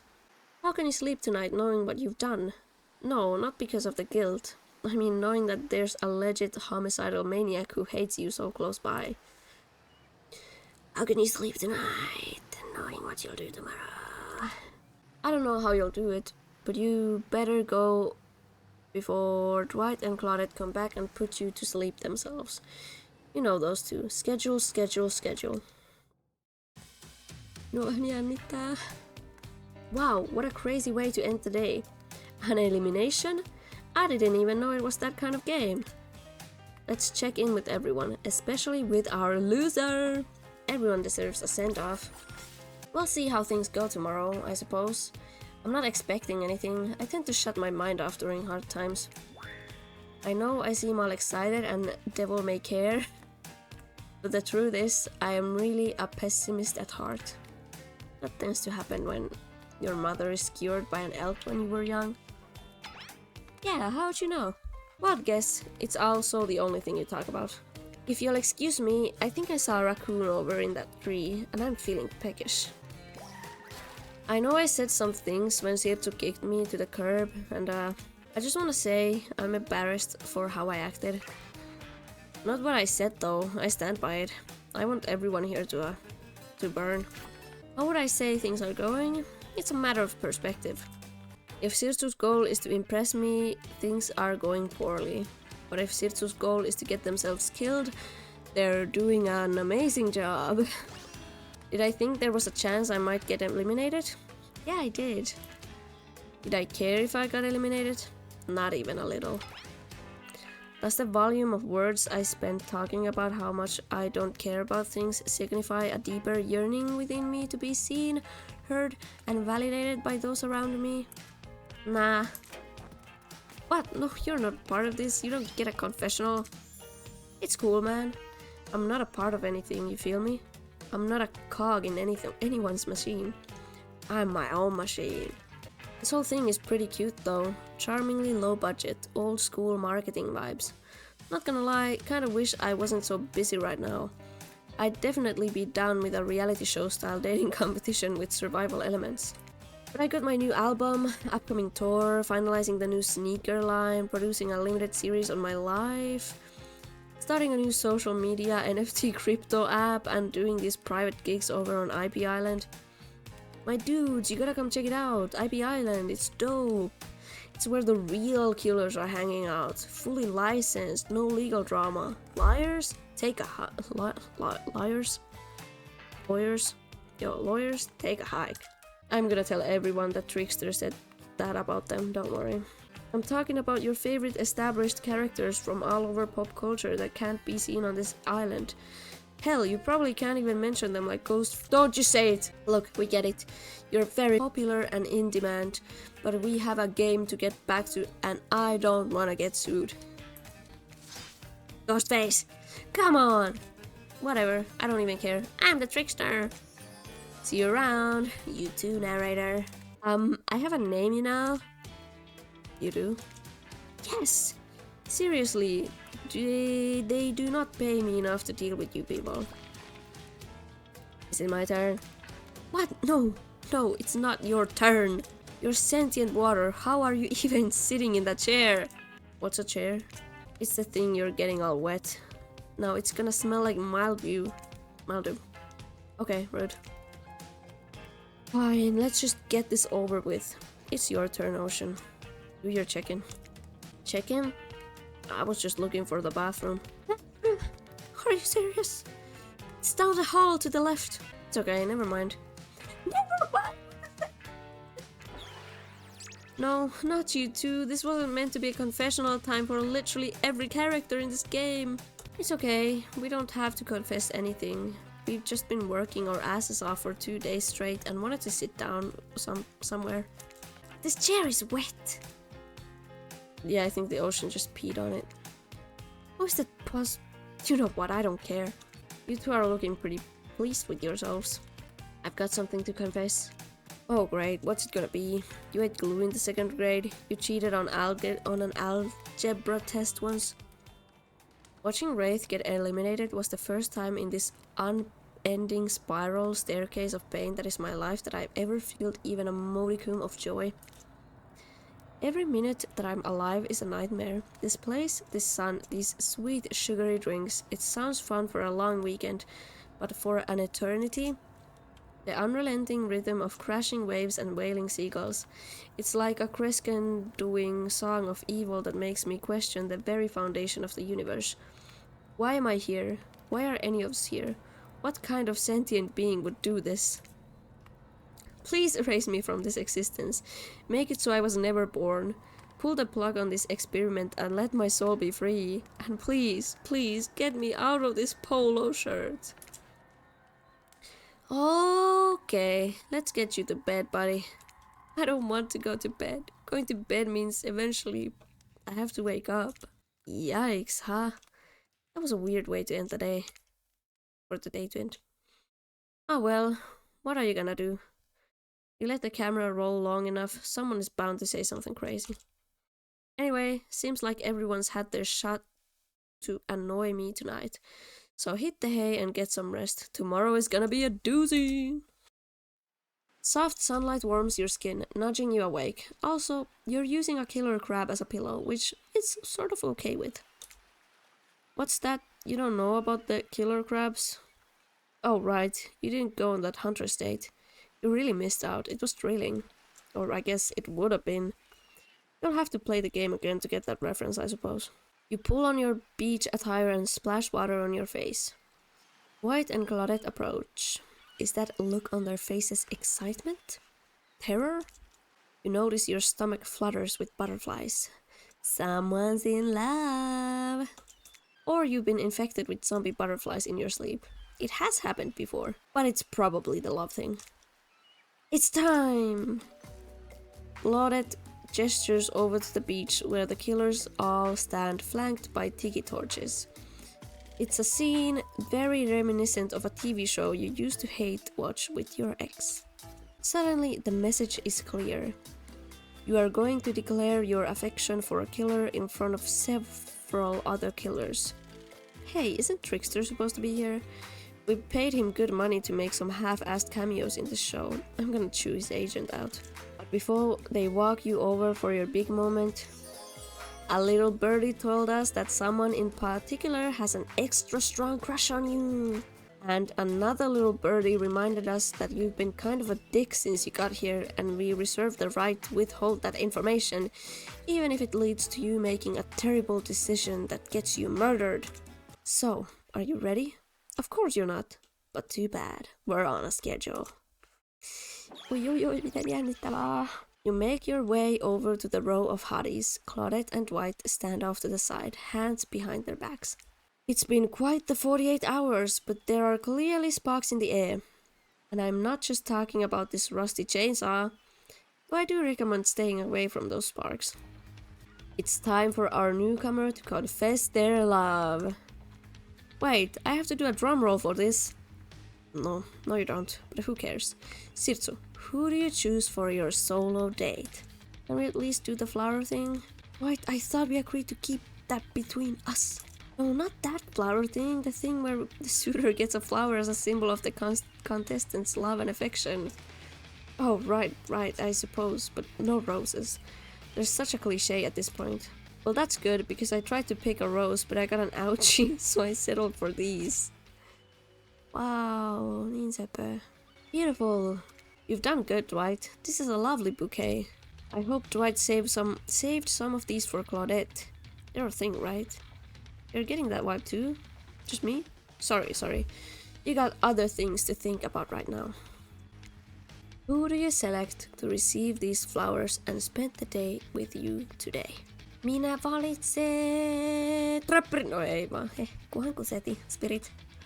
You approach Spirit, peering below the brim of her impressively large hat and into her haunting eyes. Spirit, since I met you, I've been enchanted by your presence. You've challenged me to be a better person and resisted the urge to show me the sharp end of your katana. For that, I thank you. I'm ready to take our relationship to the next level. And we shall, up to the eye of the dark storm that is our reality, to the lantern room of the Black Lighthouse. It's time to see what you're made of. I thought it might be nice to start the day out on Trapper's yacht before we head up to the Black Lighthouse. Even if I kinda hate these basic tropical vacation stuff like yachts and snorkeling or whatever, it's good for you to see me in the sun a little bit at least. There's more to me than what you've already gotten to experience. I know that my whole vibe can be a little dark. The hat, the swimsuit, the plume of floating hair. This wasn't always who I was. I was a normal young woman once, went to school, hung out with friends. I even had a part-time job working at a restaurant in town. And then, we all know what happened. Your father, he murdered me and I awoke as an undead Avenger. That's not what I was getting at. Something else happened to me. I realized I needed to be seen.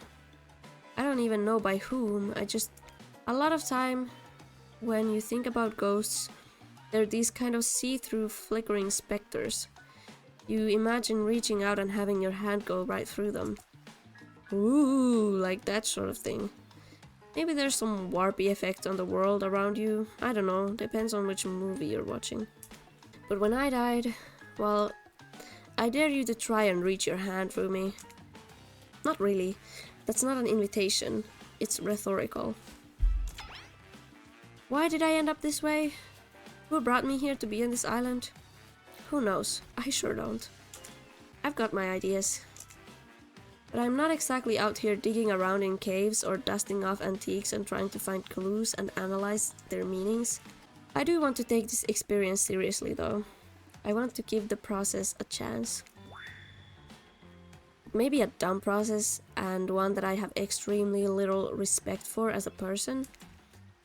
But you just woke up on this beach with no memory of who you are or where you came from, and rather than freak out and simply try and swim away, you're giving this a chance.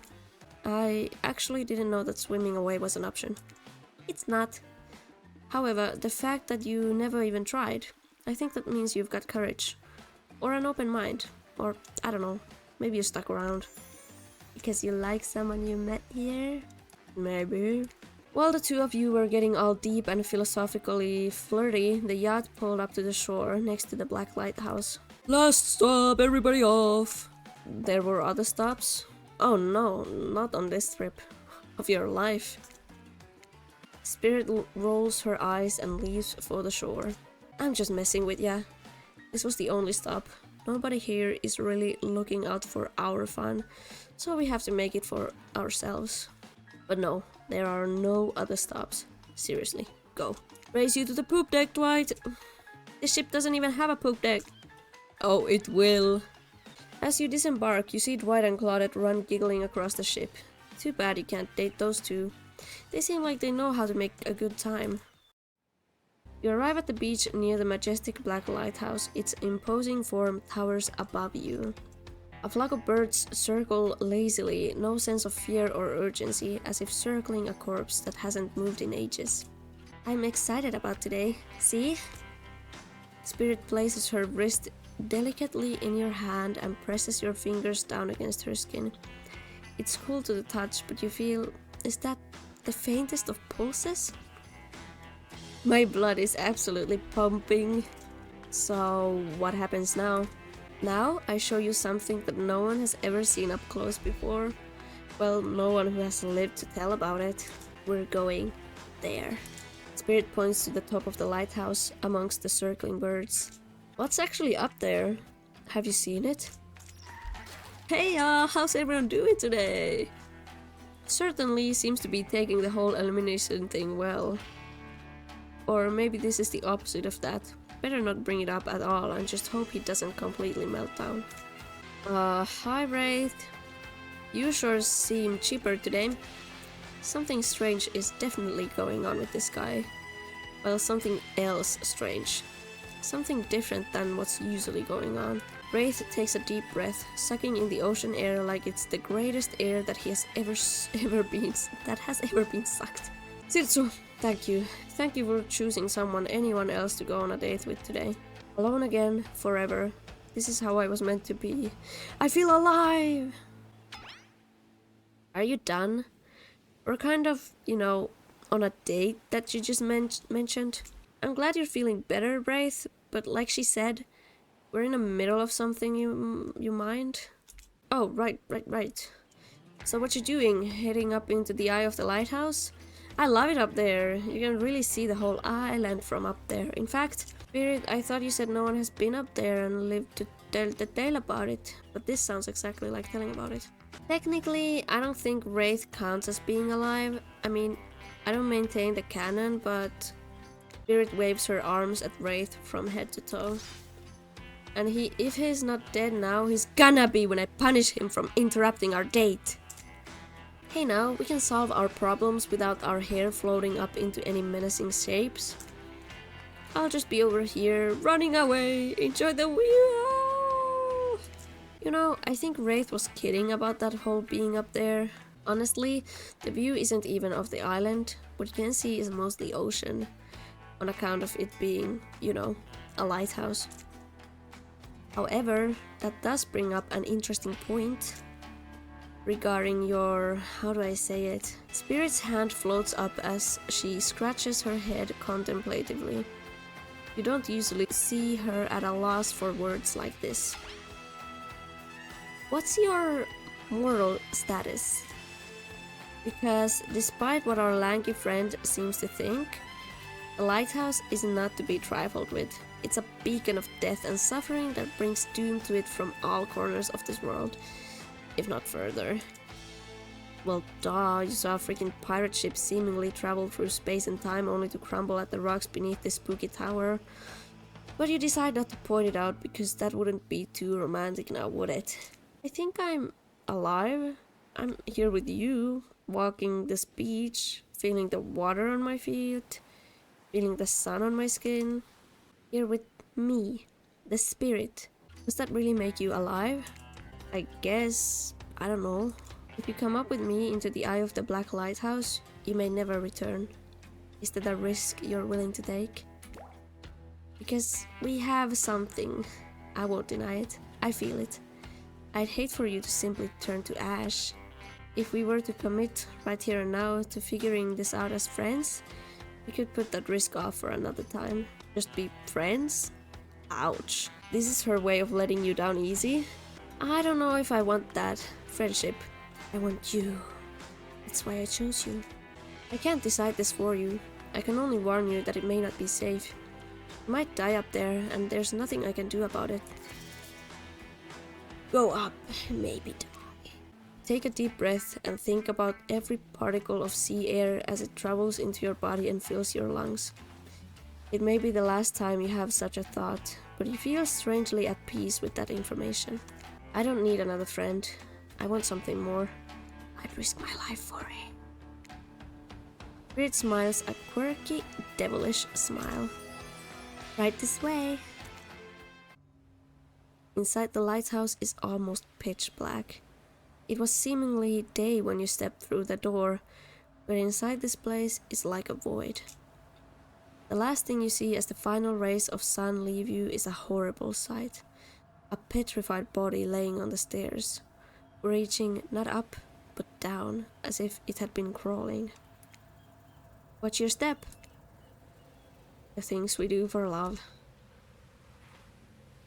Spooky. When you arrive in the lantern room at the top of the black lighthouse, you breathe a sigh of relief. The light is out, and seemingly defunct. Dust cakes the room as though it hasn't been operated in a century. However, somehow... It was just morning a moment ago, but now it's night? What do you mean a moment ago? We've been standing here looking out over the ocean all day. I've really enjoyed the peaceful time together with you, taking in the view, standing in complete silence for hours. It was kinda my perfect date. Really? I don't remember that. I just called it the perfect date and you can't bother to remember it? What kind of game are you playing with me? I want to remember it. It's just that for some reason my mind is completely blank. But hey, I'm not dead. Or you're already dead and have been this whole time. Oh, that's true. Maybe we'll never know. It doesn't look like the light is working. Even turned off, the light has a power to it. The massive lens refracts the moonlight through itself. A subtle sparkle that has a hypnotic effect. Maybe that's where the day went, staring into this light as the sun fell and the moon rose. Thanks for spending the day with me. I really had a good time. That's it? Don't get me wrong, this is really cool and all, I guess I don't know what I expected. I suppose if you thought you were walking into your death and nothing happened, it might feel a bit anticlimactic. Sorry, anyhow, it's time to go. Here, let me just flip on the light for the staircase so it's easier to get down. The stairs still look pretty dark. Maybe a spirit is interrupted by a strange hum, and then it becomes frighteningly clear to you. That switch wasn't the stairs. It was the main lantern. A lantern that is now beginning to power up. The faintest smell of burning begins to reach up your nose. Oopsie, looks like maybe that switch wasn't for the stair lights at all. Now we see who is really alive and who is really dead, I suppose. It was bound to happen sooner or later. You slam your eyes closed, hoping that somehow not looking at the light itself will protect you. Not sure I see the logic in that, but if it is magic, it kind of defies logic. I want to see it, but well, I'm a little scared. Don't look directly into the light. Open your eyes and look only at me. I'll keep you safe. Oh, voi vittu. Nyt jos me kuollaan. Okay, perfect. Oh, close, perfect. Perfect. Yeah, perfect. Ei vieläks. Hitto. Good. Not bad. Are you okay? You seem okay. I hope I haven't ruined this by pushing you to do something you weren't meant to do. You're so brave. Maybe not so coordinated, but certainly brave. Mitä sä meinaat? Mulla tuli vaan yksi not so bad. I'm so lucky you'd put yourself through this for me. It shows that you're real. Despite your attempt to resist it, the incredible force of energy from the black lighthouse's lantern, I refuses to subside. No, it cannot be ignored. And it doesn't matter if you look directly at it or not. In the end, that was just a trivial game. This is real life and real magic. You stare at it now, and its power penetrates your mind. Hey, been a while. How are things? Doing good? Feeling more dead? Or more alive? Yeah, love will do that to a person. Don't worry, it'll make sense soon. You wake to hear Spirit's muffled voice. You've got a terrible taste in your mouth, like burnt hair. The air feels damp and smells like ash. It takes time for the sounds to clear up, but eventually Spirit's words start to make sense to you. However, it's clear she's talking to someone else, not you. You know how sometimes people say it's not you, it's me? Well, this time it is you, and it's also me. I can't believe I thought you would change for me. I can't believe I thought what you were doing was a sacrifice. You never gave anything up for me. Well, today I saw what love looks like, and it looks a whole lot different than this.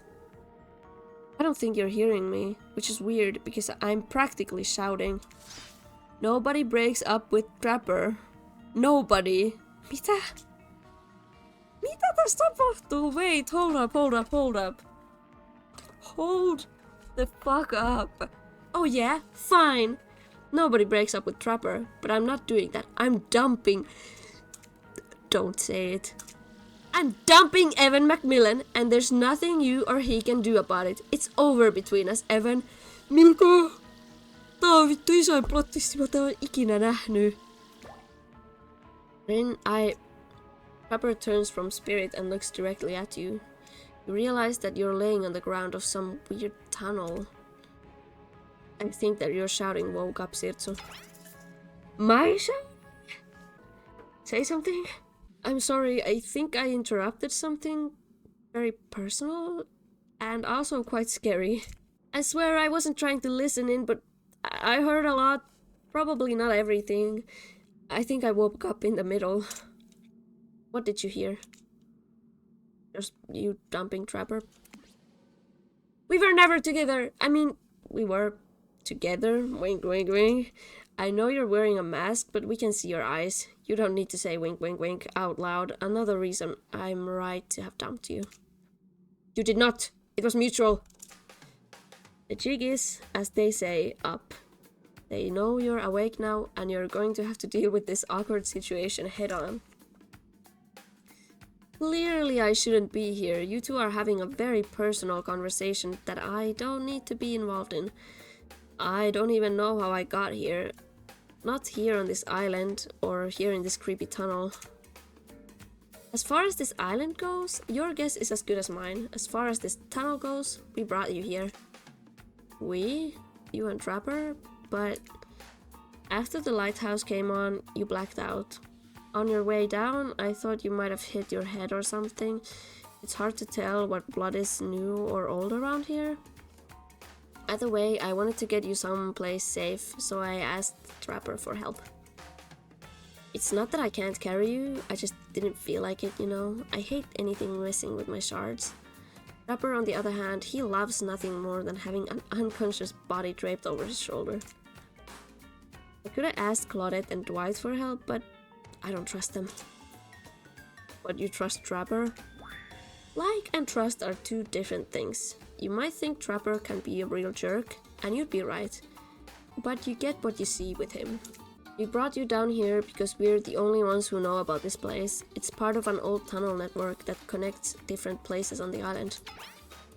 What's up, guys? Talking island mysteries? My favorite topic! I was just in the neighborhood, so I thought I'd pop in. Trapper, you said this place was private? Don't look at me, I didn't tell him about it. Half of the appeal of this spot is getting away from people like him.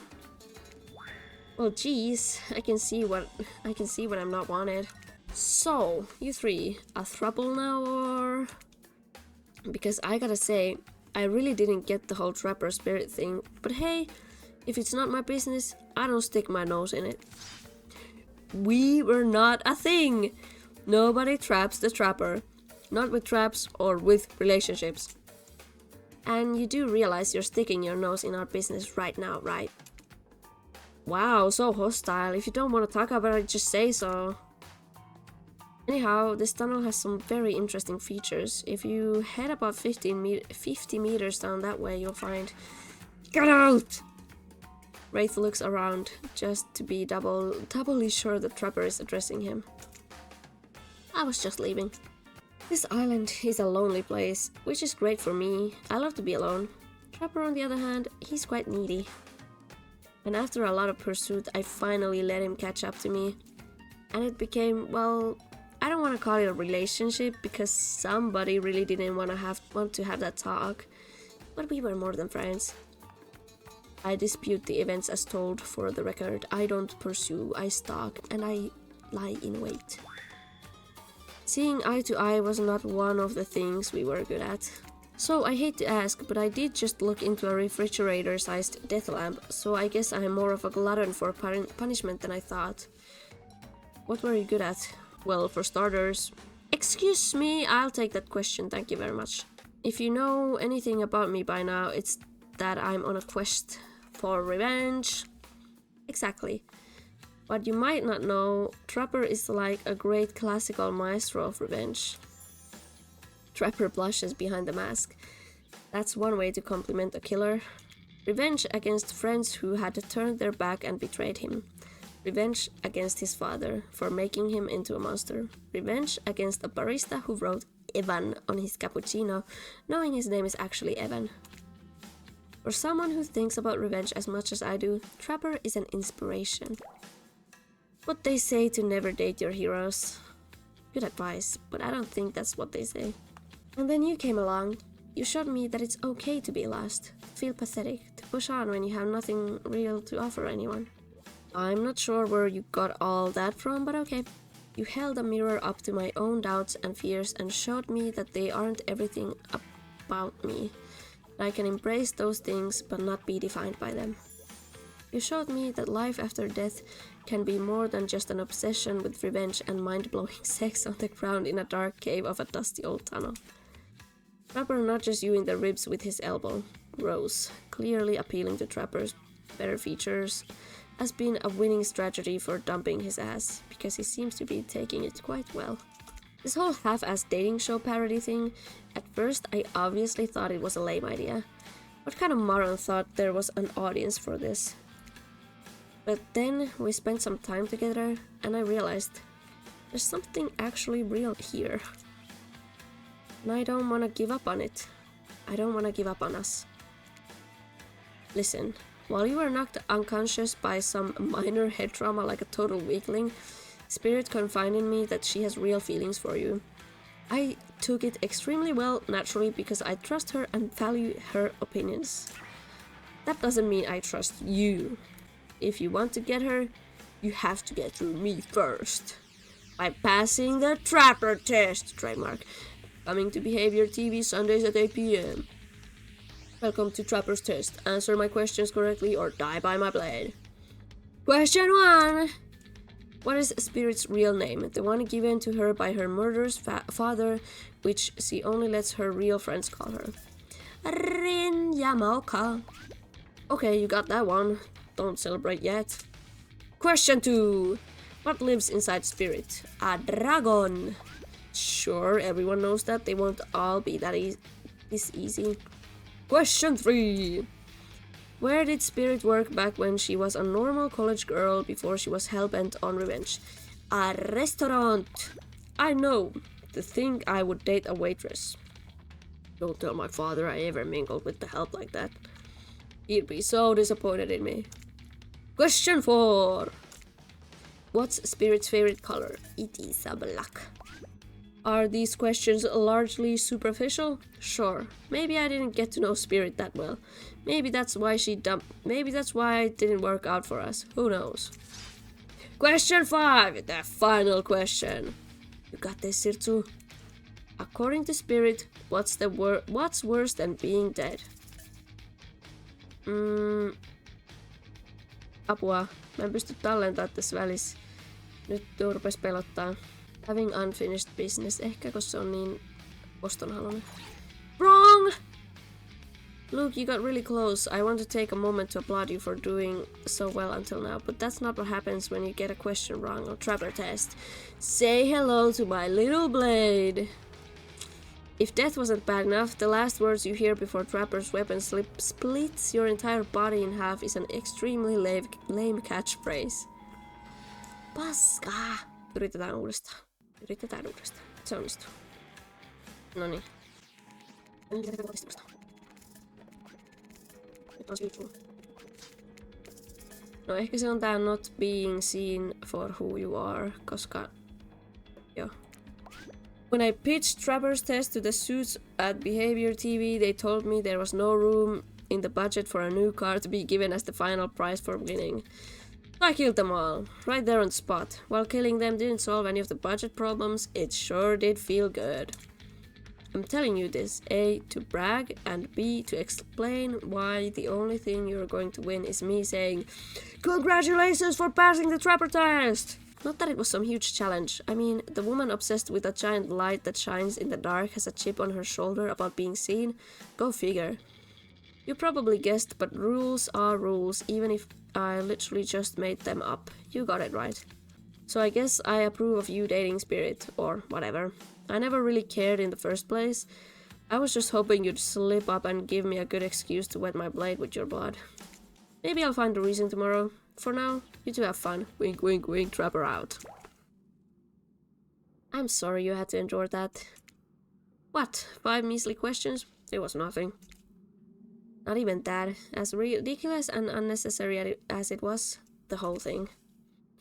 The waking up in a random tunnel, the overhearing our argument, the news that Trapper and I had something going on, and the stupid quiz. All of it. Especially the whole Trapper out catchphrase. It's only because I actually like you. None of it would have happened if I didn't. And I like you too, Spirit. Please, call me Rin. Rin. I didn't really feel like our lighthouse experience was completed. There was something else I wanted to show you.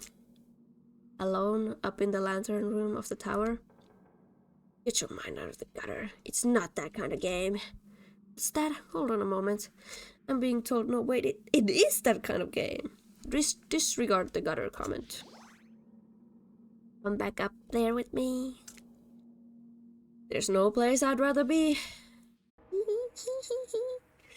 You're excited to return to the lantern room of this lighthouse, despite all of the drama and worry that was previously a part of this place for you. More importantly, you're excited to be here with Spirit. Which makes it all the more crushing when you're interrupted by the arrival of Claudette and Dwight. Claudette? Dwight? It's funny seeing you here. Wait, did I say funny? I meant tragic. Tragic? I don't think so. What could be tragic about a family reunion? Those are always joyous occasions, in my experience. Before they can explain what that's even supposed to mean, the lighthouse begins to howl a low, frightening sound. The lens begins to glow in a now familiar way. You prepare to shield your eyes in case something bad happens to you again. Now isn't the time for any reality show adjacent shenanigans. Dwight, Claudette, shield your eyes. We don't know what the lighthouse will... Now, please don't interrupt. You'd think after all of this time, you'd know that we've got your best interest in mind. Wait, what? No, of course, I don't think that I... But wax in your ears, friend.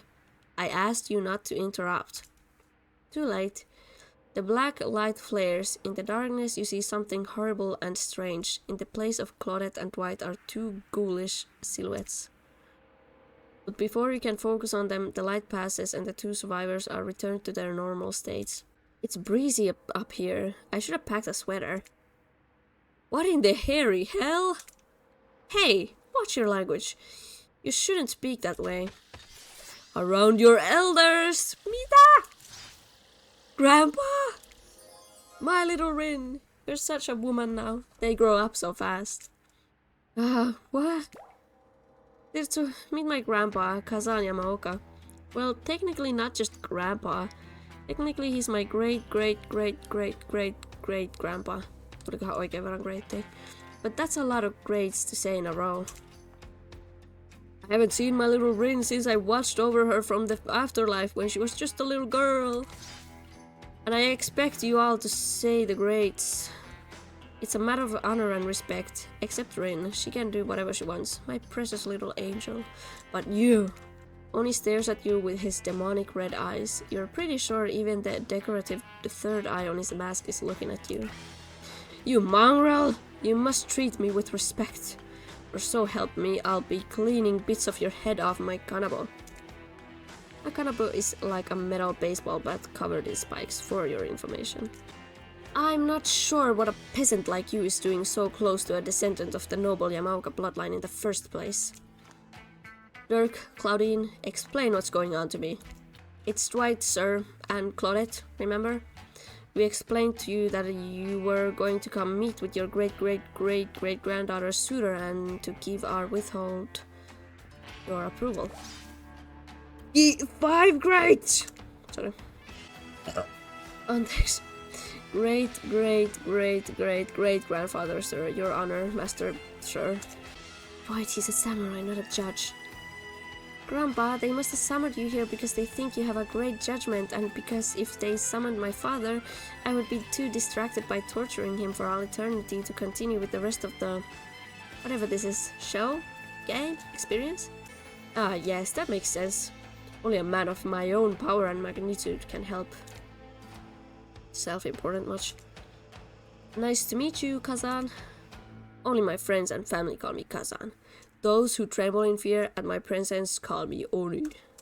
You're seeing a serious resemblance to Trapper in not only the sheer size of that man Oni is, but also his attitude. Apparently Spirit has a type.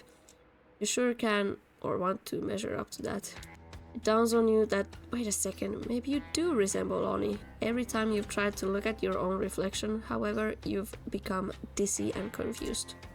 This definitely deserves more thought, but now's not the time to be considering the fact that you might be some kind of a hulking vampire with the first ever case of self-blindness. Self-blindness?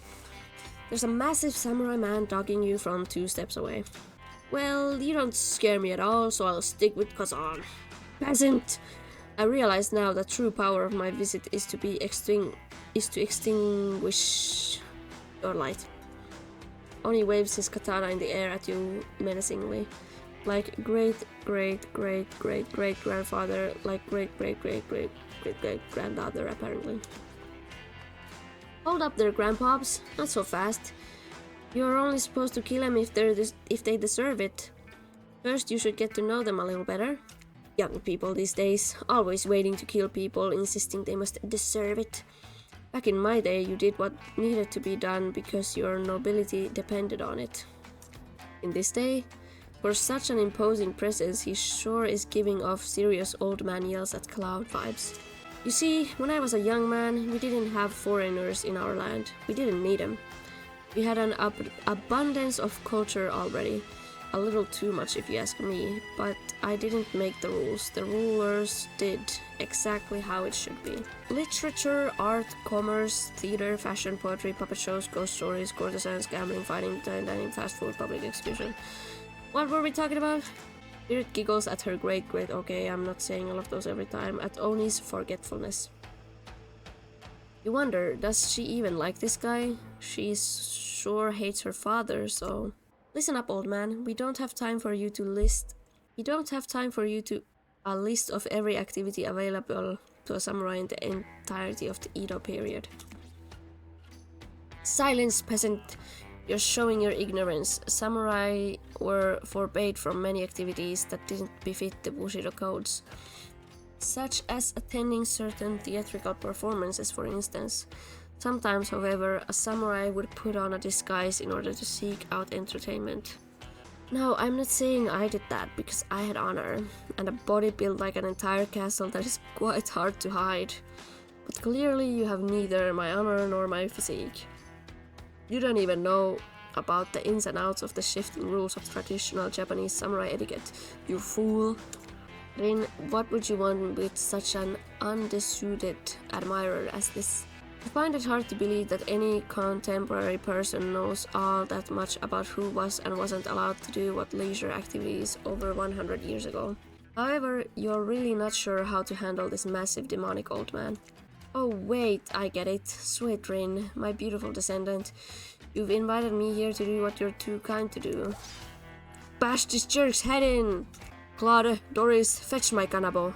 Rin, wrap your rope around this mongrel's hands and hold them still. We'll splatter their brains on the beach together as family. Grandpa, no! That's not why I invited you here at all. In fact, I didn't invite you. Claudette and Dwight did. Yeah, sure. Wink, wink, wink. This whole saying wink out loud thing is getting out of hand. Him and Trapper really do have a lot in common, don't they? I swear, Rizz has a good soul and the heart of a warrior. They've fought for my love in their own way, faced down death more than once, and put up with their fair share of nonsense. Nonsense which seems to be endless. Can we, I don't know, wrap this up already? Of course. Who am I to expect anyone to wait around for my approval? I've only been hanging out as a ghost and watching my bloodline be polluted by cowards and quitters for 5 generations. Just come, give your ancestor-in-law a hug. Sword drawn only beckons you closer. There's no way he has ever hugged anyone in his entire life. I think I'm good over here, actually. Rin, now, push them my way, I'll split them in half! Sacrifice of this usurper to the Yamaoka bloodline will surely bring us back to the life and set us back to the course of honor. You're so silly, Grandpa. We both know that only one sacrifice can get our family back on track. Revenge on my father, your great-great-great-great-grandson, traitor to the Yamaoka name. The lust of violence in your voice, it fills me with cheer. I'll never forget who I am. I suppose if this is the person you want to be with, to go on your journey of bloody revenge with, I should trust your judgment. The strength inside you blooms from the same cherry tree that was planted centuries ago by our shared ancestors. And if Rizz ever treats me poorly, you have my word, on our family's honor, I will wield my katana and gut them like a fish. A tear rolls down from behind Oni's demonic mask. You sure you want to marry into this? And one last word of advice, my dear girl. The father stuff, don't forget it. But maybe stop focusing so specifically and obsessively on it. What he did, it was awful, but it was already done. So something for yourself now. Just my 2 cents. Be well, Rin. I will see you again soon. Now let's go, servants! Clint, Dennis, return me to the stables. I assume my dragon has been fed and tended to. Yes, sure. I swear this is still better than dealing with Trapper's dad. I'm sorry if I was disrespectful of your great-great-great-great-great-grandfather. He seemed like a very special man. I realize I will never measure up to someone like that. A warrior with a hell of a fashion sense. I mean, the mask. Don't worry, I would never expect you to. Or want you to, really. If all I wanted was the biggest brute alive, I'd be down in Trapper's cave right now, avoiding his vintage bear traps. But that's not the life I've imagined for myself. This sense of abstract duty, anger at a world changing around me, a lust for blood, that's no way to live, and yet, as you know, that is the Yamaoka way of life. Forever, I'm cursed to battle against the dragon that lives inside me.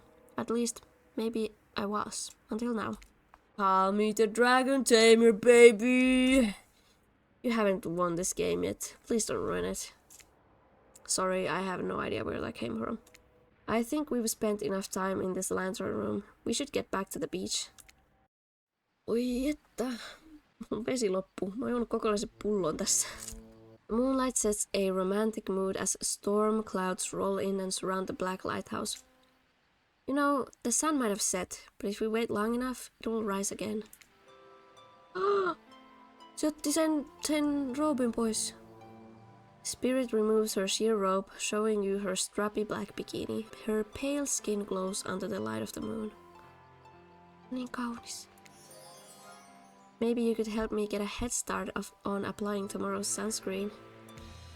Again? I mean, yeah, of course, last time was, well, I definitely felt more connected to you afterwards. To be totally real with you, I kinda just asked you as a goof, but I really enjoyed it. I swear, though, if you tell anyone about this, I will not be labeled a foot freak. Not that there's anything wrong with feet, it's just that something about that kind of attention really gets people talking. Steady.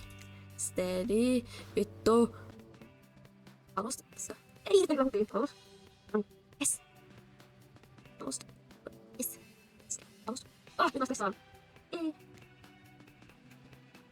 So god, I'm hot.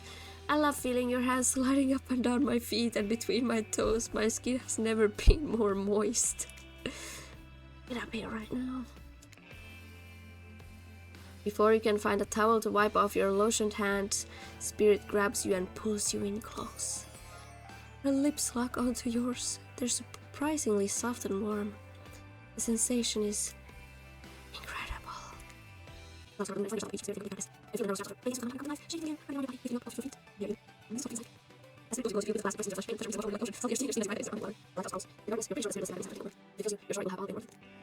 clouds part just as you manage to pull yourself exhausted away from Spirit.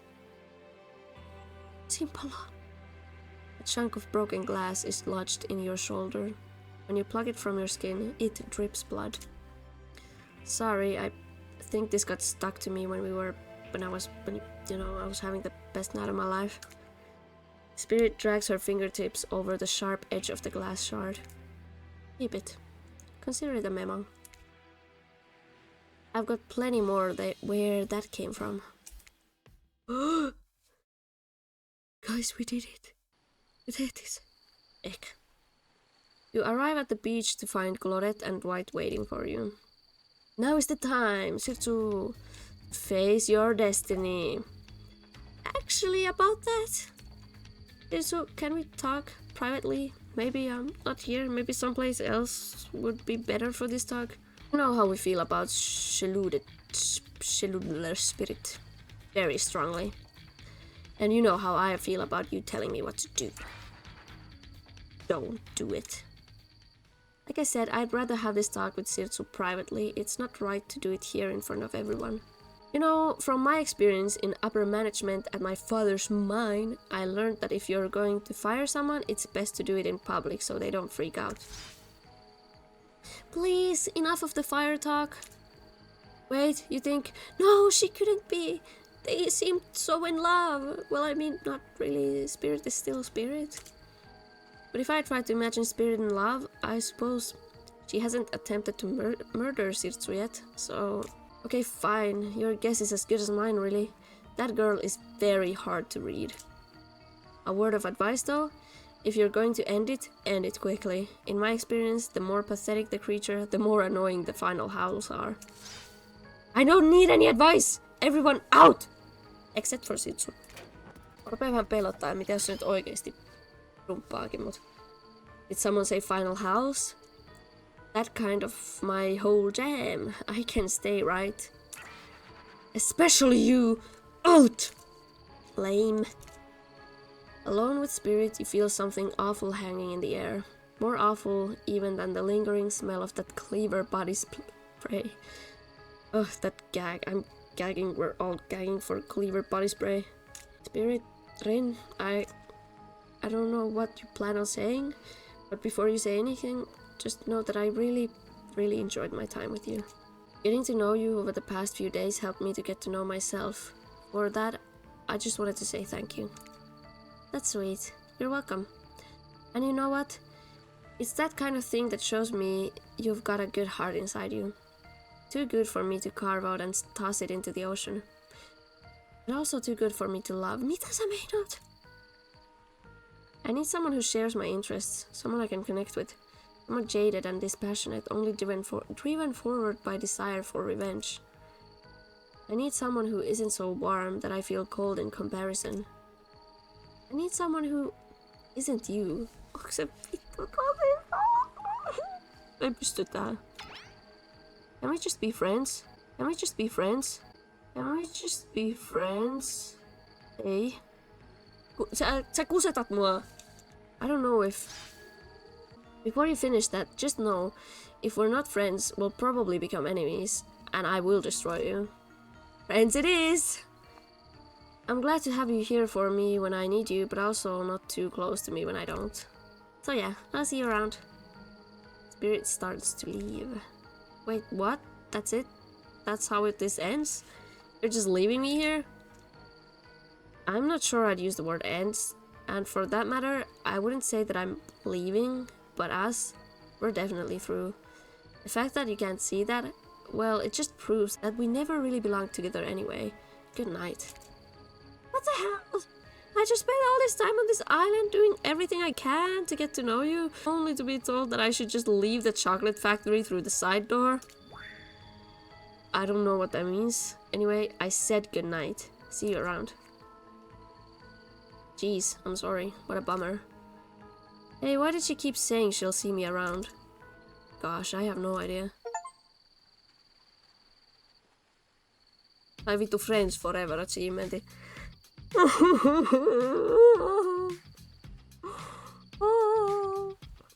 And so, my precious killers lived happily ever after, as they should, learning to love themselves first and foremost, whilst trapped in a never-ending cycle of torture of my design.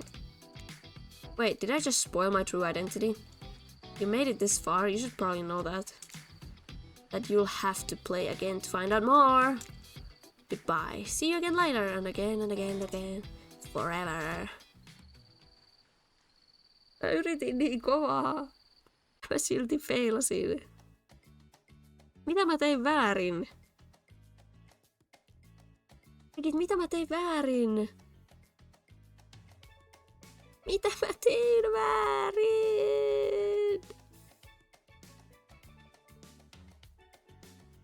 Ehkä se sopii ystävänpäiväteemaan, että meistä tuli vain ystäviä.